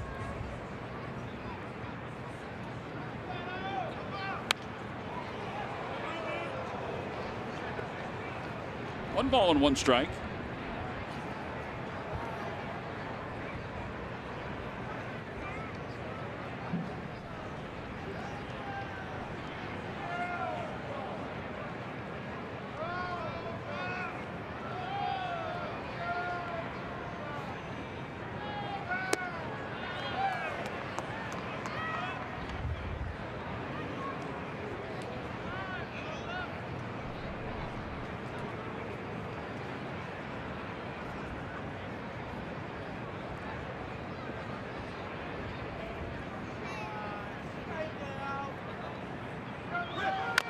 Off the plate. Lively. Fortunately, Nova wasn't really running, but that was a nice job by Lively just to make that play. A run does score in the sac fly. The Pirates leave one in scoring position. We'll go to the bottom of the 6th. 1-0 Pittsburgh.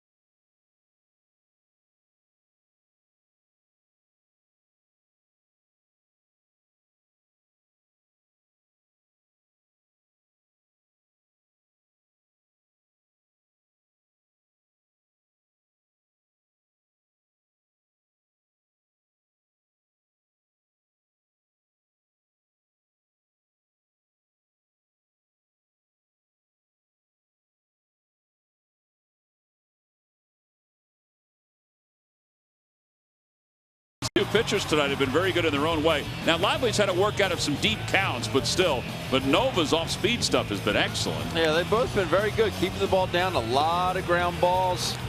Ben Lively, just a 1 earned run through 6 tonight. But this sinker, Nova, Phillies hitters keep beating it into the ground. Well, there's Nova. So far 5 innings, 3 hits, 76 pitches. A little different story than Lively as far as the pitch count goes. 7 ground ball outs for Nova. And here's Cesar. Phillies with the top of the order coming up, down 1-0.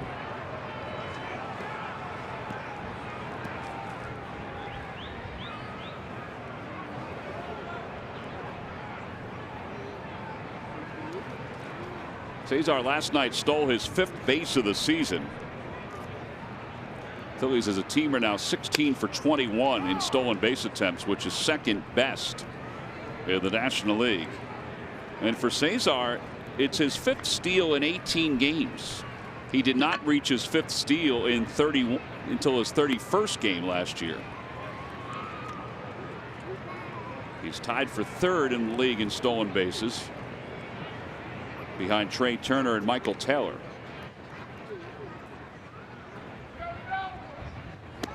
One ball and 2 strikes. Now there have been opportunities for him to steal again, but you know, talking to Jose Flores about it, he said there's a method to the madness. He said because a lot of times it will depend on who's up behind Cesar. Now most of the time it's Carlos Santana.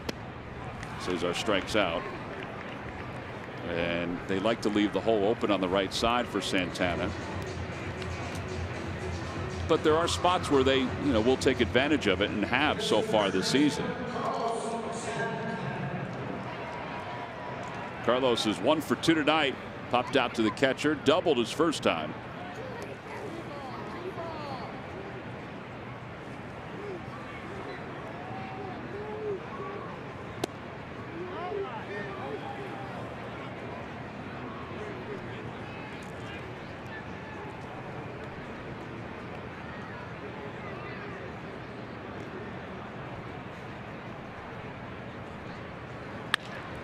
Another base hit for Santana.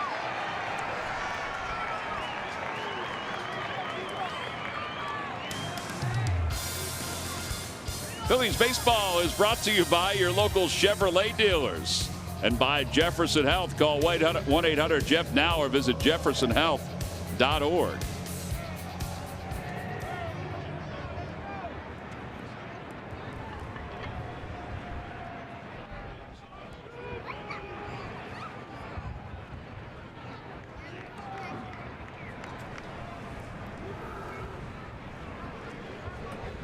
Here's Odubel Herrera, who's 0 for 2.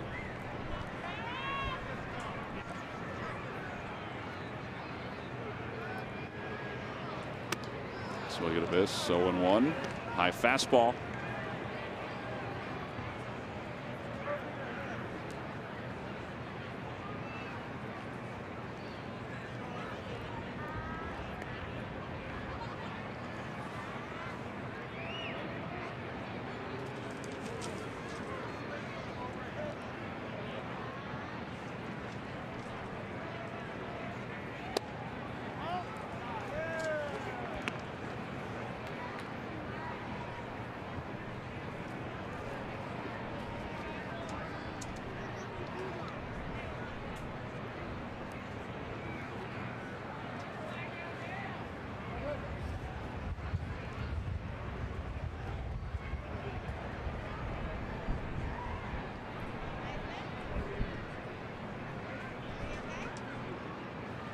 That one's pulled to right field, a base hit.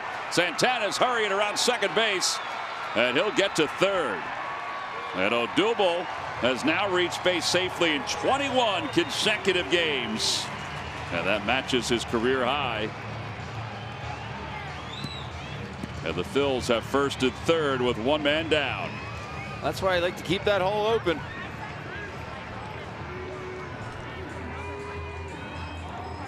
Our good friend Mike Schmidt says this game was made for left-handers. See Bell bouncing off, just not able to get there. Some nifty footwork there by Carlos. Get out of the way.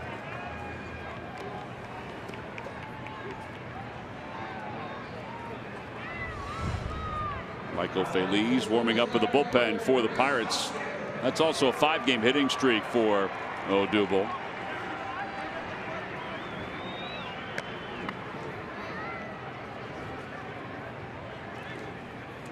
Reese is 0 for 2. He's grounded out twice, once to short, once to second. It's the same alignment they had the last time when he hit one back toward the middle, and Frazier was able to make the out.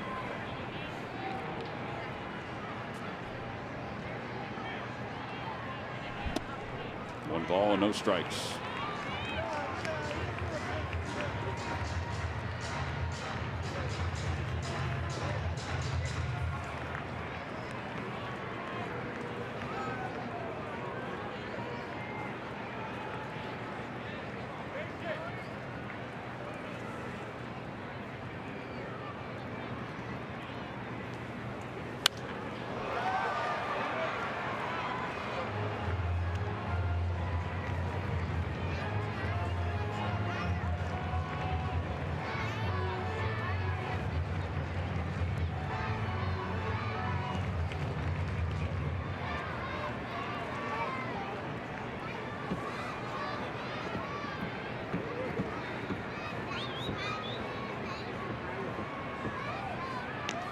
with a toss over.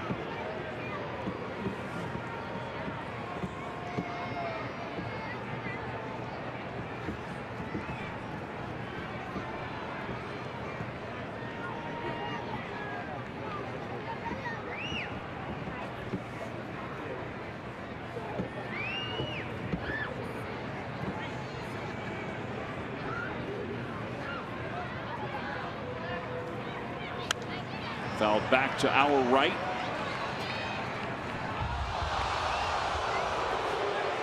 Well, that didn't work out well for a fan.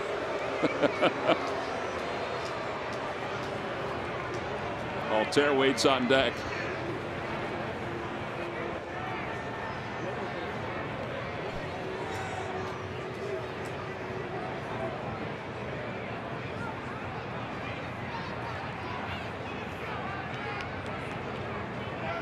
Stay in the middle.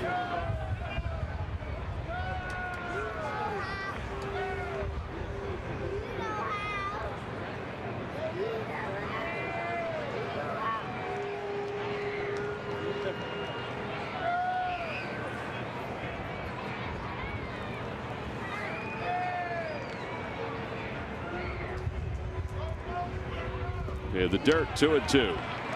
Try to get him to go fishing.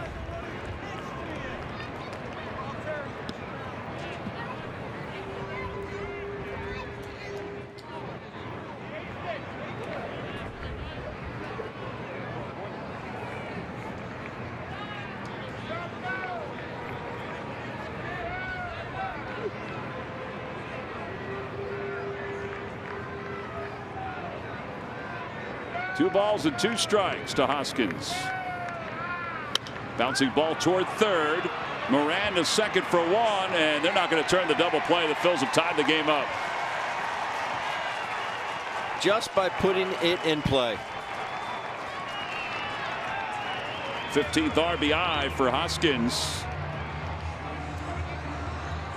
And Aaron Altair is coming up. And fortunately for Reese, he hit it soft enough where they couldn't turn two.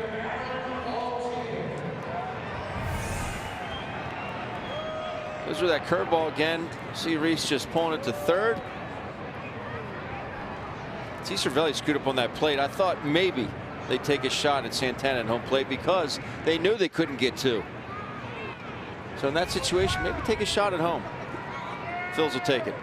Well, here's Altair. Altair is 0 for 2. He has struck out and grounded out, and a breaking ball and a big one. A big looping curve, and it's 0-1.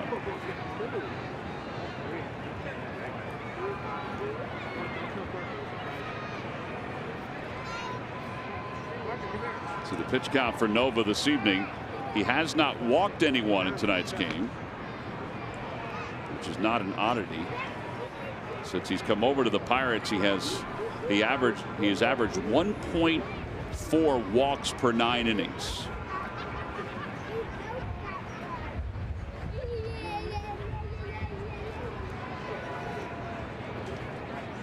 And a line drive off the glove of Nova. Frazier bobbled it, but it was hit so hard that he was able to make the play, and the inning is over. Man. Phillies do get a run on 2 hits. They leave 1. We are tied at 1 as we move on to the 7th inning.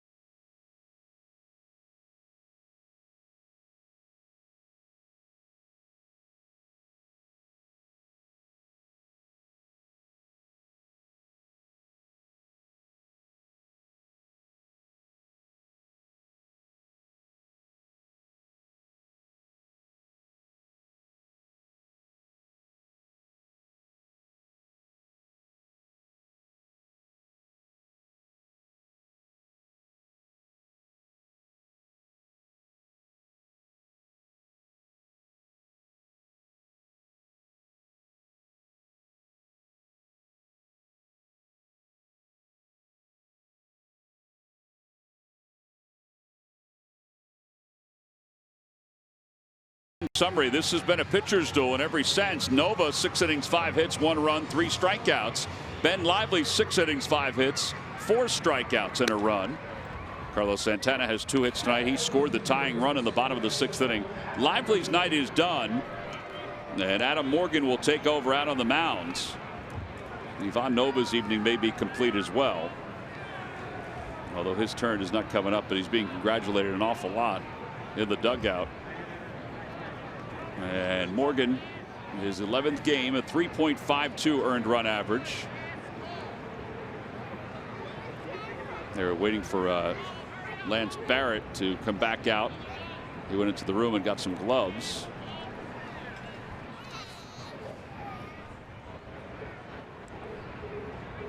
Frazier is 0 for 3, a couple of groundouts and a flyout to left field. Swing and a miss, good slider, and it's 0-1.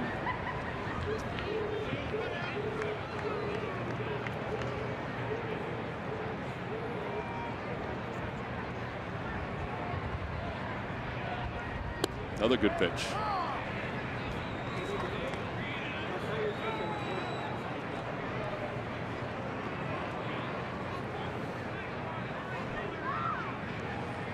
No balls and 2 strikes to Frazier.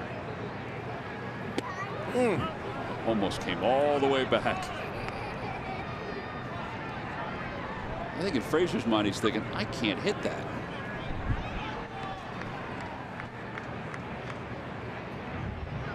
Throw it again.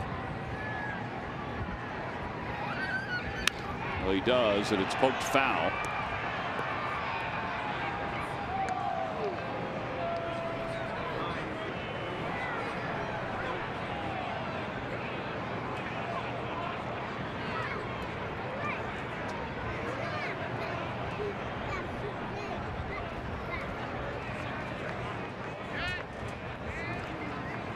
Swing and a miss. He got it with a high fastball.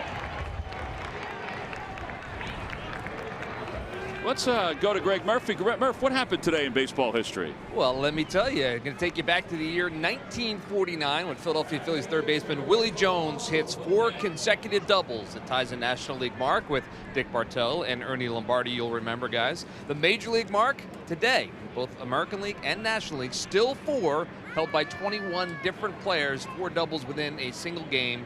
That is this date in Phillies history, presented by Geico, April 20th, 1949. Willie Jones. Yep, Pudd'nhead Jones finished his career with 1,502 hits, a 258 lifetime average, and included 13 years with the Phillies. Got a pitch outside, 1 ball and no strikes. He was the trivia this day in sports. Remember, I was in the studio and it came up. Pudd'nhead Jones was, what was that last one? I just love the names back then. I really do. Swing and a miss. 1 ball, 1 strike. Where are you now, Murph? Are you adjacent to the Phillies dugout? I think we lost him. He may not be adjacent. He may have fallen in. 1 ball, 1 strike. Murph, the question from Ben Davis is, where are you now? Oh, yeah, I was actually chatting with our producer right there, Jeff Halleckman. Oh, so is he down there with you? He's not. He's in the warm truck. I'm adjacent to the dugout. There's an adjacency. There is. Is the right, 2-1. Right next to it. 2 balls and 2 strikes. You glad I told you to wear your long johns? Thank you, Ben. Always looking out for you, buddy. Yeah, you are.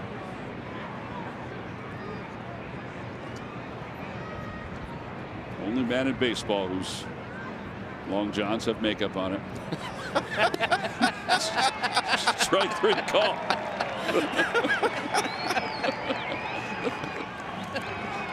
Murph has to wear makeup on TV, so the top of his thermals have makeup all over it. Is nothing sacred anymore? I didn't know that was supposed to be a secret. I can't show people. And the answer to your question, Murph, is no, apparently. Last time we ever confided in the big guy, huh? That's right. It was his makeup remover I was trying to borrow, so. Here's Marte, and he takes a strike, and it's 0-1. Marte is 1 for 3. Morgan is coming out firing right now. This will be the 12th pitch of the inning.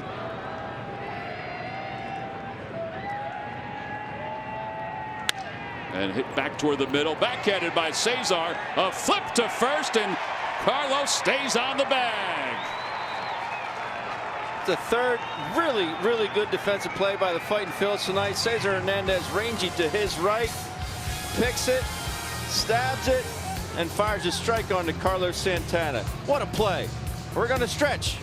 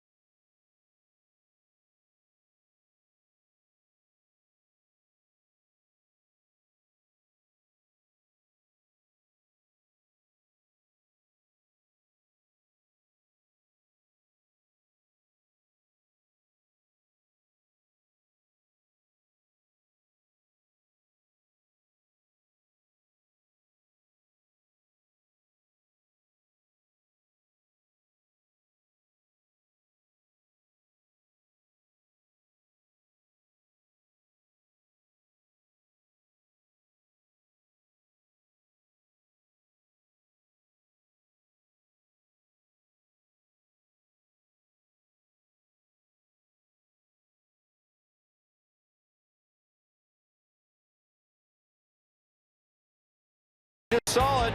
Cesar Hernandez ranging to his right, and Marte can boogie down the line, but Cesar able to get enough on this throw.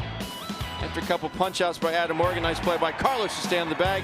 Adam Morgan's fired up. That is your Hyundai defensive play of the game, brought to you by your local Hyundai dealers. You know, it's nice to have that kind of defense. The Phillies defense has not been stellar so far this year, but they have the ability to do that. As Feliz will take over as we go to the bottom of the 7th inning.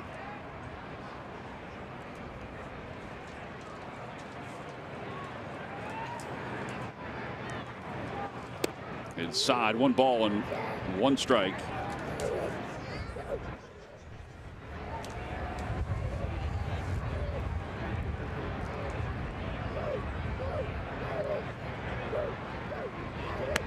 Outside, 2-1.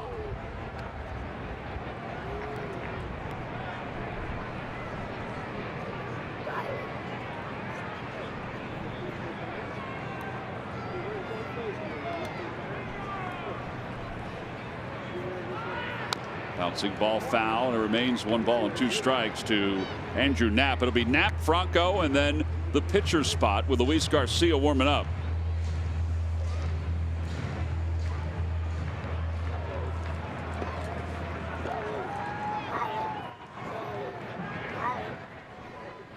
Outside, 2-2.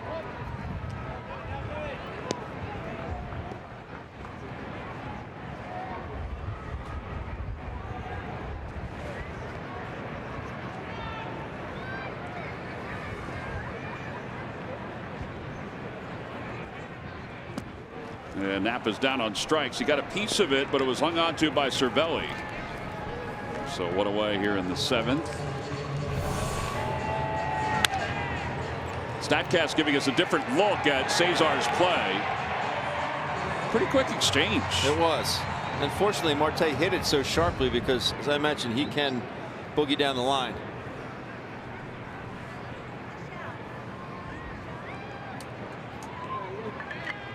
That one's pulled, just foul. That was really close. Gabe Kapler's asking them to hold on. He wants to take a look at it underneath. That is one that is reviewable.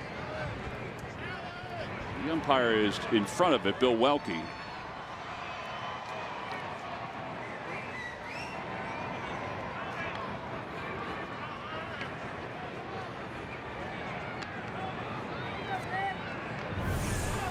The angle is hard to see. I mean, right here, I mean, it looks awfully close. It's so hard to overturn something like that unless the camera is right along the line or over top of it.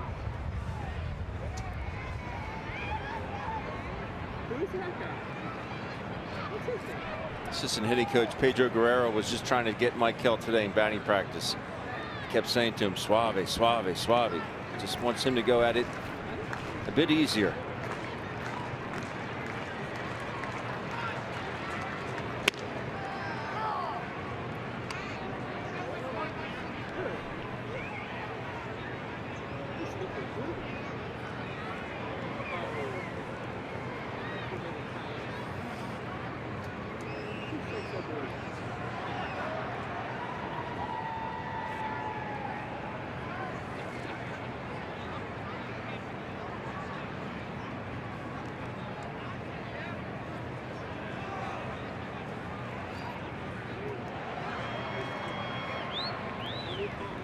Another time called by Franco.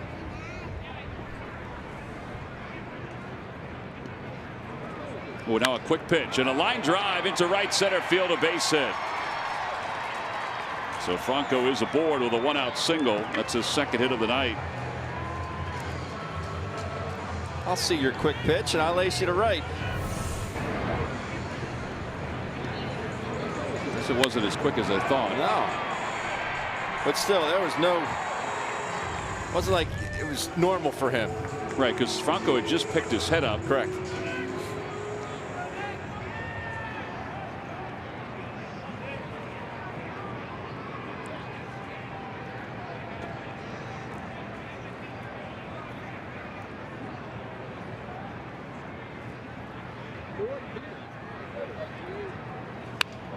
Good rip by Nick Williams, who's pinch hitting, and it's 0-1. He is ready to swing as soon as he gets in that box, isn't he? He sure is. That's why he's had that success pinch hitting.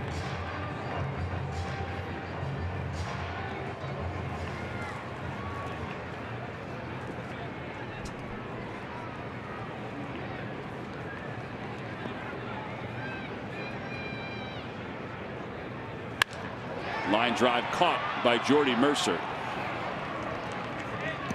There are 2 outs. And J.P. Crawford will be the batter.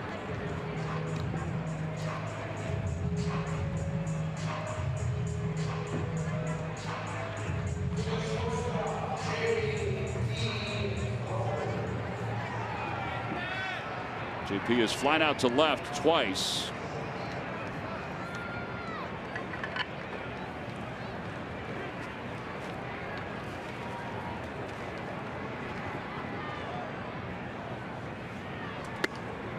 It's 1 ball and no strikes.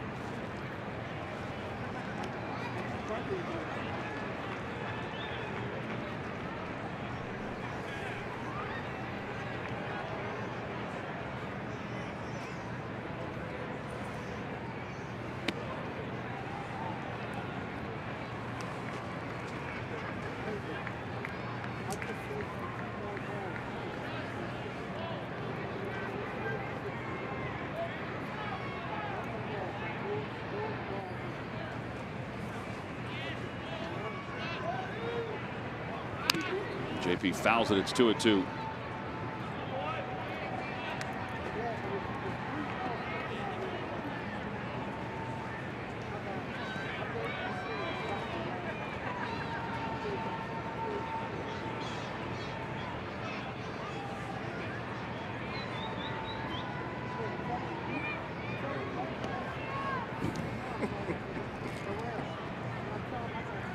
Not being very patient, Ben, is he? No.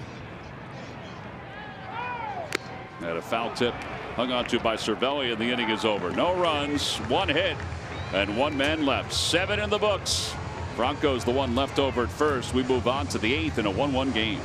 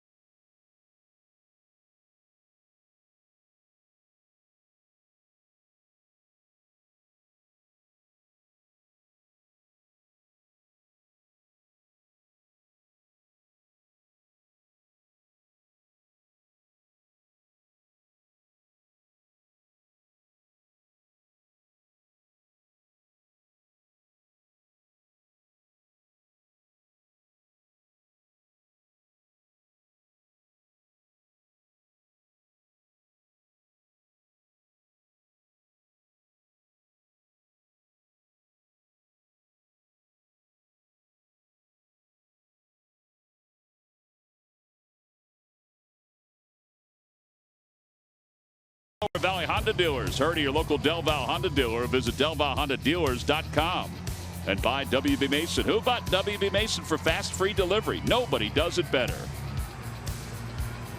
1-1 game. The Pirates and the Phils. Let's take a look at our Toyota Turning Point. This is how the 2 runs were scored tonight. Both in the 6th inning. A harmless sac fly here to score Cervelli, who was hit earlier in the inning.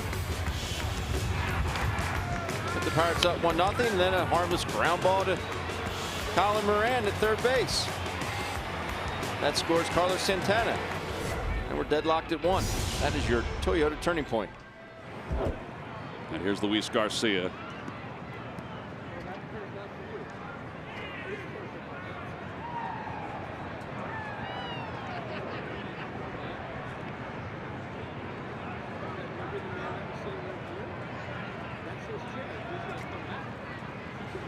First pitch fastball.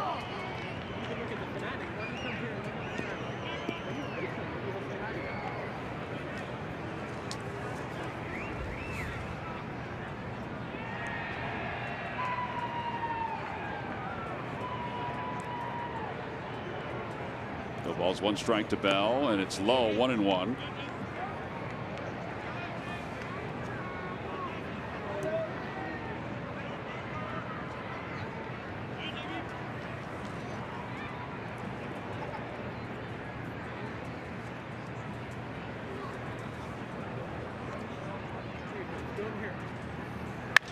Bell lines it out towards center. Here comes Odubel, and he'll make the catch. Good, one away. That's a hot shot. Hey, big news earlier tonight. So the Philly Fanatic is celebrating his birthday on the 29th of April, and then right after that, he has officially been invited to go to Tokyo to help entertain the fans at the Yakult Swallows.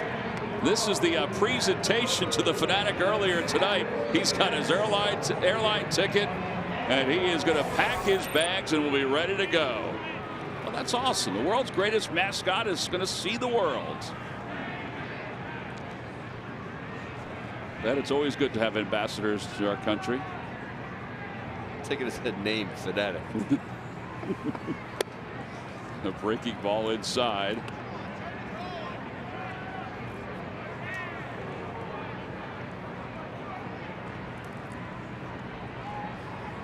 Can't wait till he gets on that plane.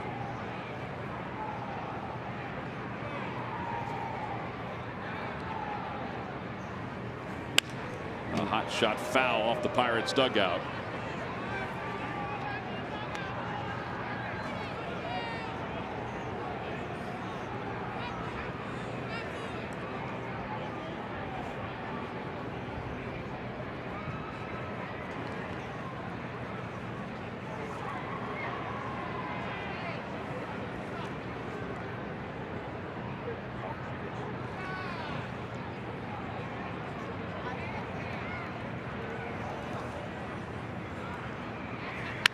Line drive caught by Franco.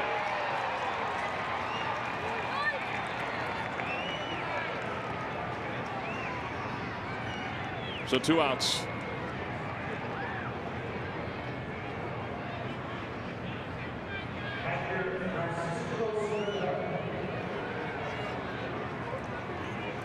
And now Francisco Cervelli. All right, so some rockets given up right now by Luis Garcia, but that's okay. There's 2 away.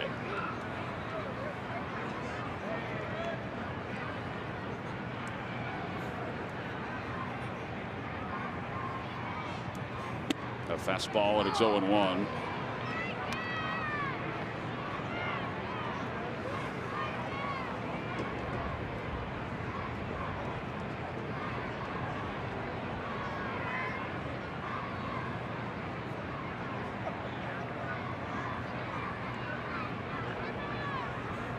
Outside.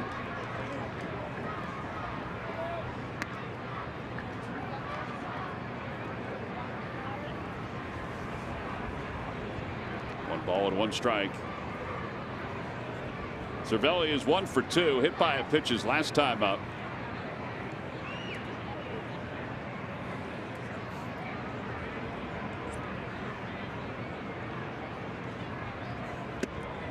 One and 2. Every time the Phillies retire the opposition 1-2-3. Comcast will make a contribution to Phillies charities. Phillies baseball is brought to you by Xfinity, America's best internet provider according to speedtest.net.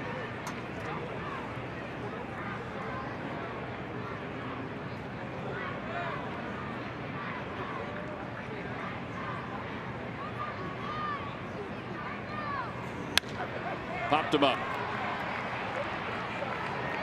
Carlos Santana makes easy work of that play.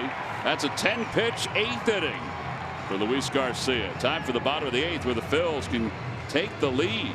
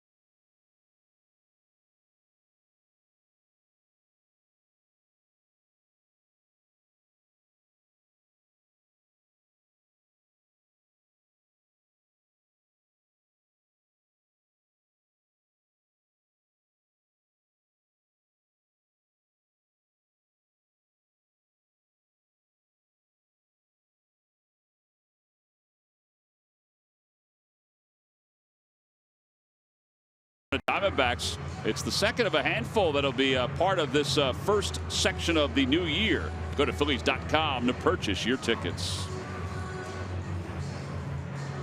Well, we go to the bottom of the 8th inning, and Cesar Hernandez will lead it off. And George Cantos will take over. Michael Feliz, 1 inning, 1 hit, and 2 strikeouts.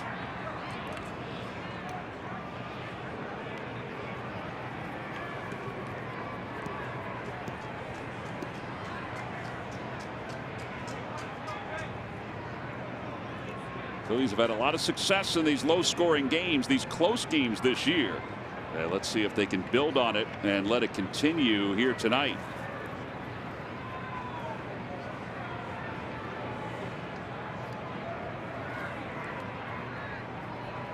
Cesar takes inside.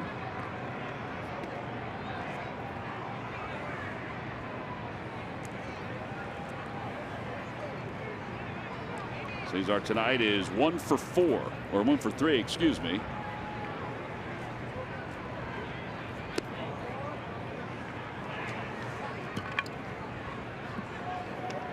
Good pitching tonight between both of these teams. Santana has 2 hits, but not much else for the Phillies hitters. Franco has 2 as well. Pirates, they have 5 hits overall. It's a credit to Ben Lively for the way he battled tonight.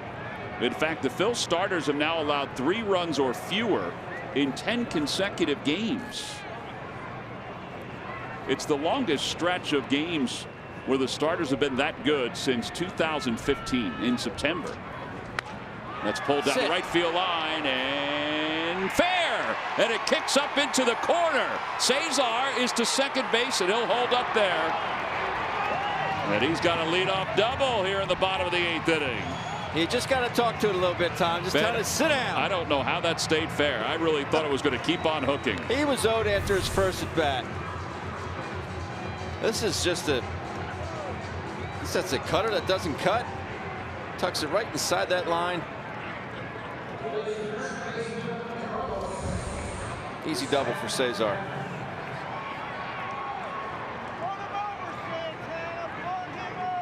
How come when I talk to my putts, they never go in? Because you hit them too hard.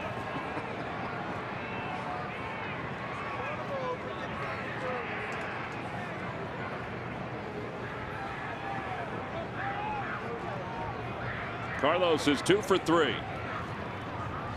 Cervelli went out there. I guess it was to go over signs, because I don't think Carlos is laying one down here. I can't imagine he would, although he's tried to bunt to the third base side when they play him on the shift.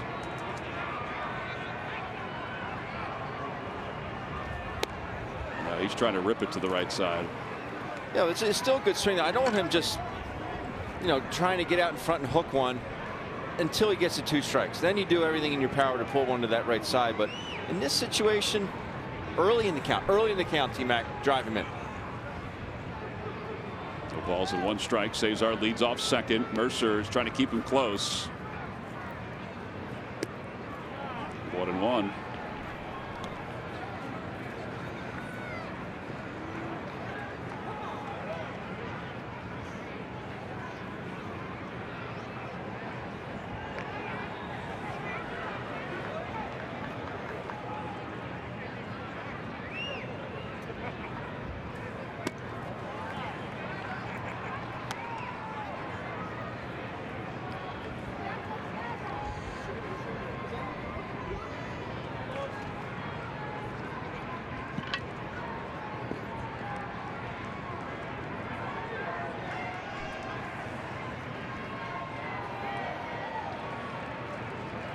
Contos is the odd relief pitcher that doesn't have just 2 pitches.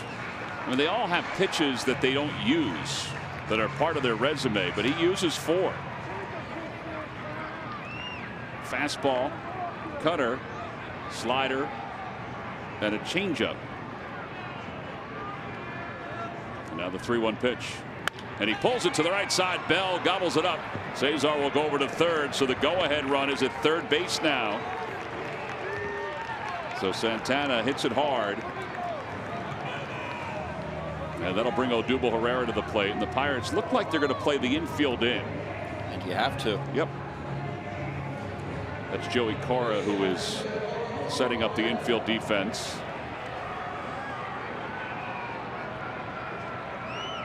Hector Neris warming up with the bullpen. But Odubel, who is 1 for 3, is the batter.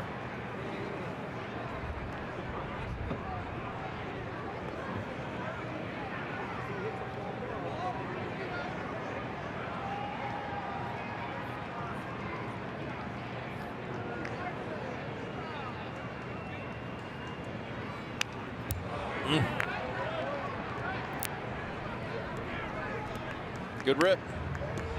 Exactly what you want. A pitch that's up in the middle of the plate. Exactly where this is. Yeah, I'd say that's up in the middle.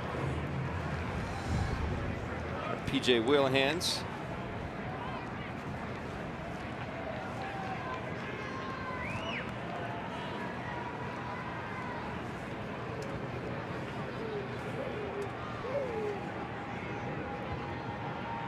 The ball's in 1 strike to Herrera.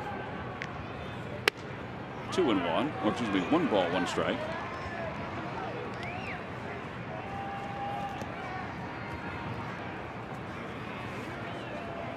Hey, Tom.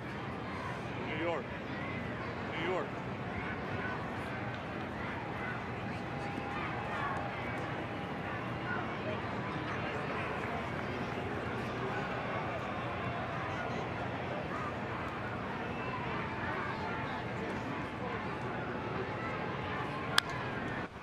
It may have been ball 2, but Odubel hits it foul, and it's 1-2.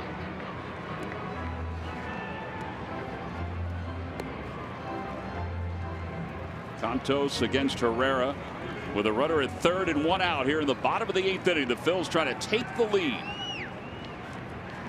They trailed it 1-0, tied it up with a run at the bottom of the 6th inning. And now this is one of their better opportunities to push another run across the plate. They scored in the 6th. They had a runner at 3rd in the 1st. But that was with 2 outs. And the 1-2 is bounced inside the bag down the right field line. Cesar will score, and Odubel is heading to 3rd base. He's not even picking up Dusty Wathan, and he'll get there easily. It's an RBI triple. El Torito just snuck it right inside that line. His 3rd knock of the night, and a big RBI for the Fighting Phils. That is his first triple of the season. It scores Cesar Hernandez. The cutter backs up on Contos. Look at Josh Bell's reaction because he's playing off the line. Odubel knew right then and there he was going 3. Little head first for the fans.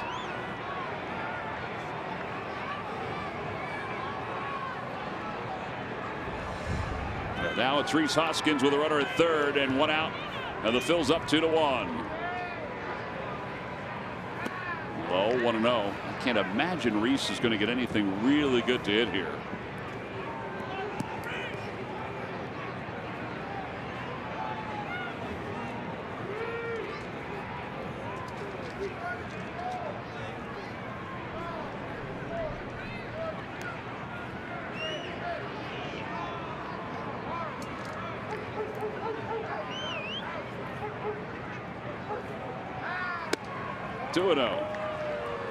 Hey, one thing about this team, particularly here at this ballpark, and I know it's only a 2-1 game and they have 8 hits, but they are showing flashes right now in this first month of the season.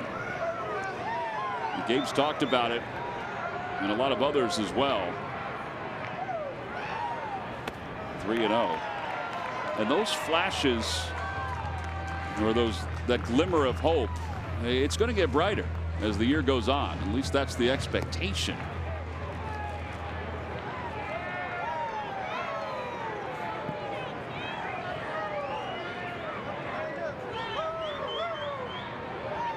Three balls and no strikes. Popped up. There's a changeup.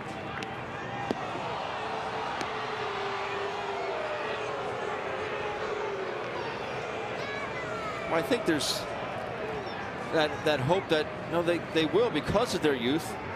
They'll just keep progressing day by day. Well, I think a good sign too, Ben, are the one-run games that they're winning, or the close games that they're winning. 4 already. 3-1 to Hoskins. And he fouls it away again. 3-2. And like Gabe always says, if each guy on the ball club can take one small step forward, that's going to make them as a whole that much better. What you've seen tonight from a guy like Franco, they need that. You see Santana hitting the ball hard tonight. Odubel has 2 hits tonight.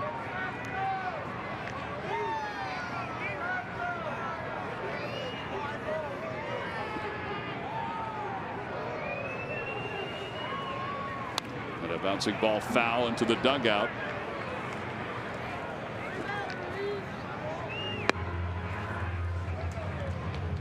Three balls, two strikes to Hoskins.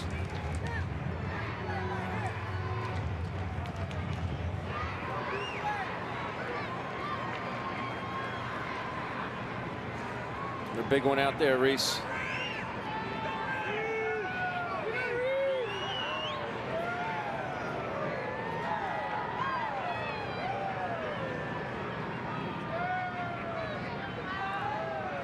In the dirt, ball 4. And here comes Altair. And what if Cantos will face him or not? Here's Herrera's hit. And StatCast gives us a little bit of a different look. The exit velocity was 105.6. The major league average is 89. Ray Searage out to the mound, so Cantos will face Altair, but there's going to be a conversation about it beforehand.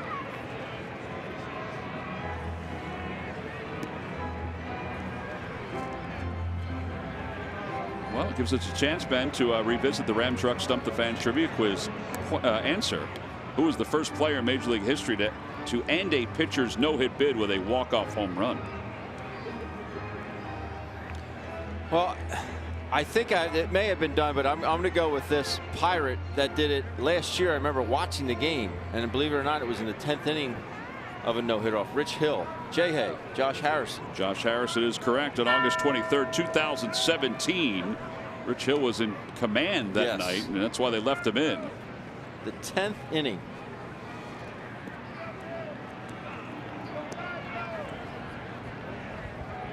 Poor Rich Hill. It's like running 26.1 miles and not finishing. Who would do that? Well, that's what I'm saying. I mean, they come that close, especially in 10. First and third, one out for Altair. The infield back trying to play 2 for 2. And Altair takes outside 1-0.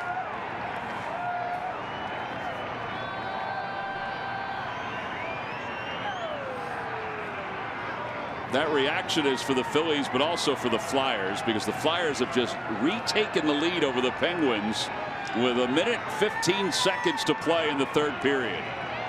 Oh, now Hoskins has picked Bell, trying to get him into a pickle. Odubel now is caught between third and home. Frazier will run at him.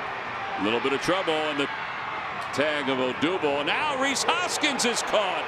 Oh, boy.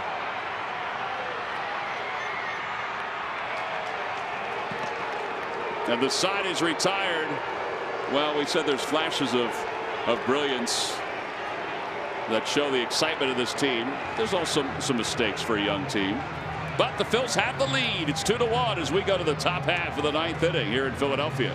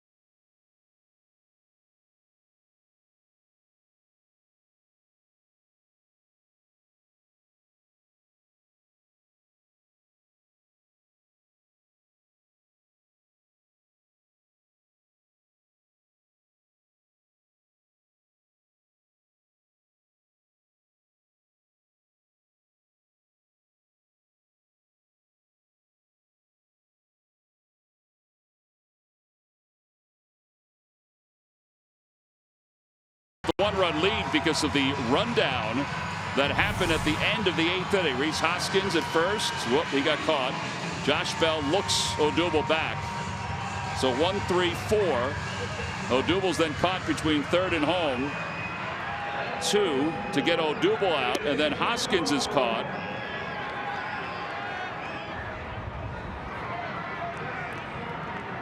And that's Dickerson, the left fielder, that made the put out at third base. So we'll leave it to Carl to figure it all out. I'm just missing one player. Well, it ends with 7, right? Yeah. 1, 3, 4, 2, 5, 6, 7. I think I'm off on the 6. I think there's somebody else in there. All right, so we begin the top of the 9th inning. The Phil's on top 2-1.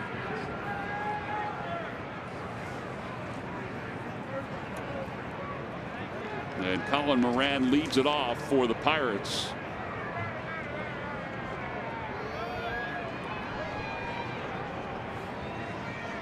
Swing and a miss at that split 0-1.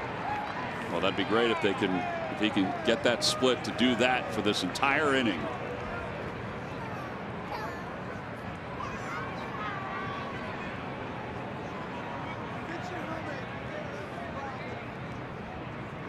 Be great if the Flyers can get the Pirates out of the get the Penguins out of their end of the ice too.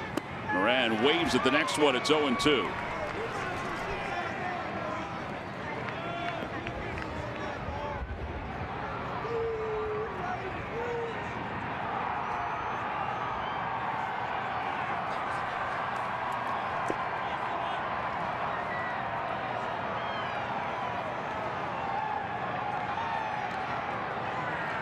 Swing and a miss, and Moran is down on strikes. Filthy.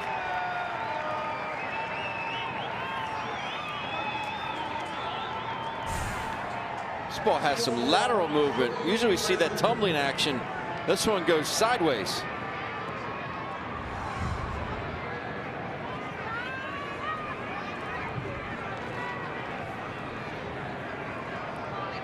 Mike Piccone just came in, and Marte was the one who made the throw to Dickerson to finish off that rundown. So there's an 8 involved. Yeah, 8-7. 8-6-7-5 309. Yeah, there's no 6. At least not, I don't think.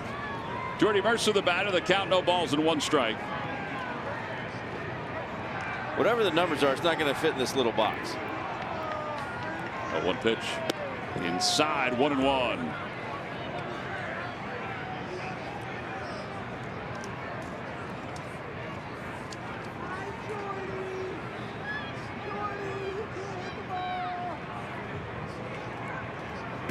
Inside again, 2-1. Split after split after split.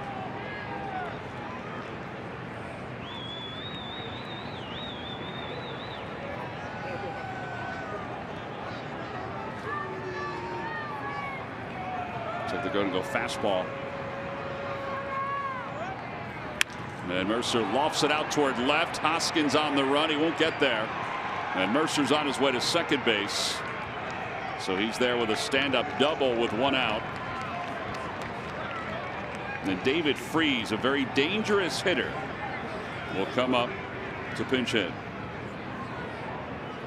Well, the Flyers have hung on. In fact, they got an empty netter in the last 20 seconds. So they have pulled to within a 3-2. Game 6 will be back here in Philadelphia on Sunday. And then hopefully there's a game 7 back in Pittsburgh. Hey, there's hope.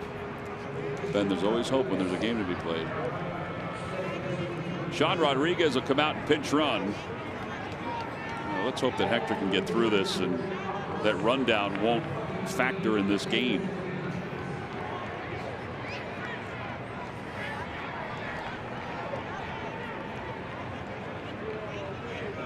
Freese, a .250 hitter with 2 home runs and 5 runs batted in.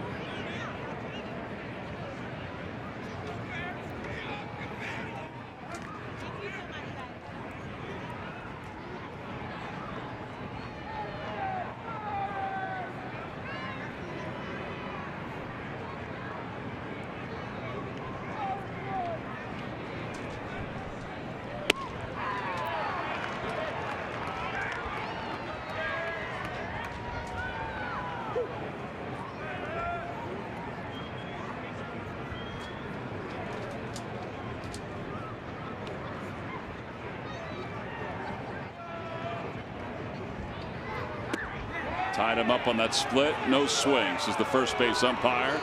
And it's 1 ball and 1 strike.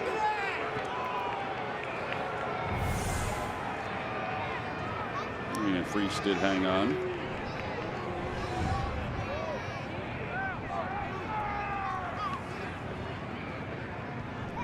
One.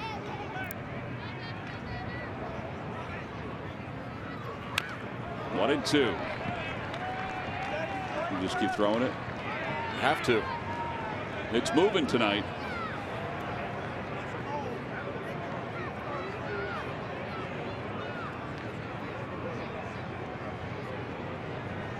Like Hector was reaching for some sweat.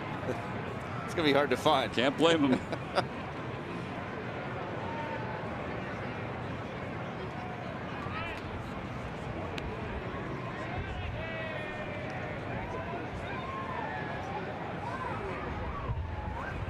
Popped him up.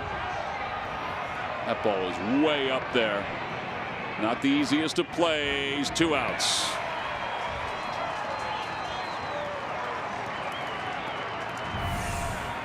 All right, so StatCast is going to give us a little fun from the pickoff. Look at all the lines on the field. Look at everybody that's running around defensively. So there's 4. There's 2.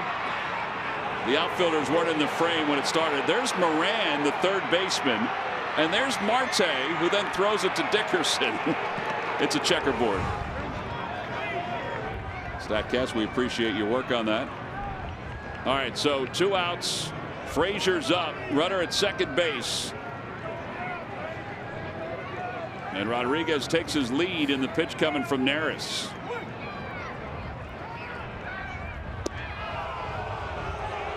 And that was late.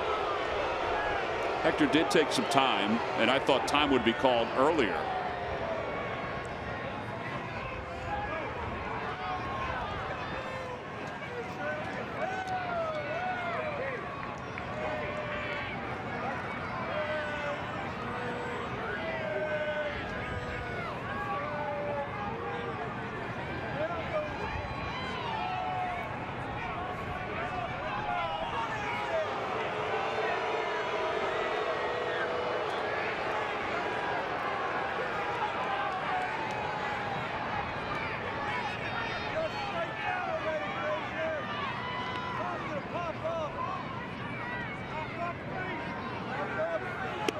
On the inside corner, 93 with a heater. It's 0-1. Rushed him in.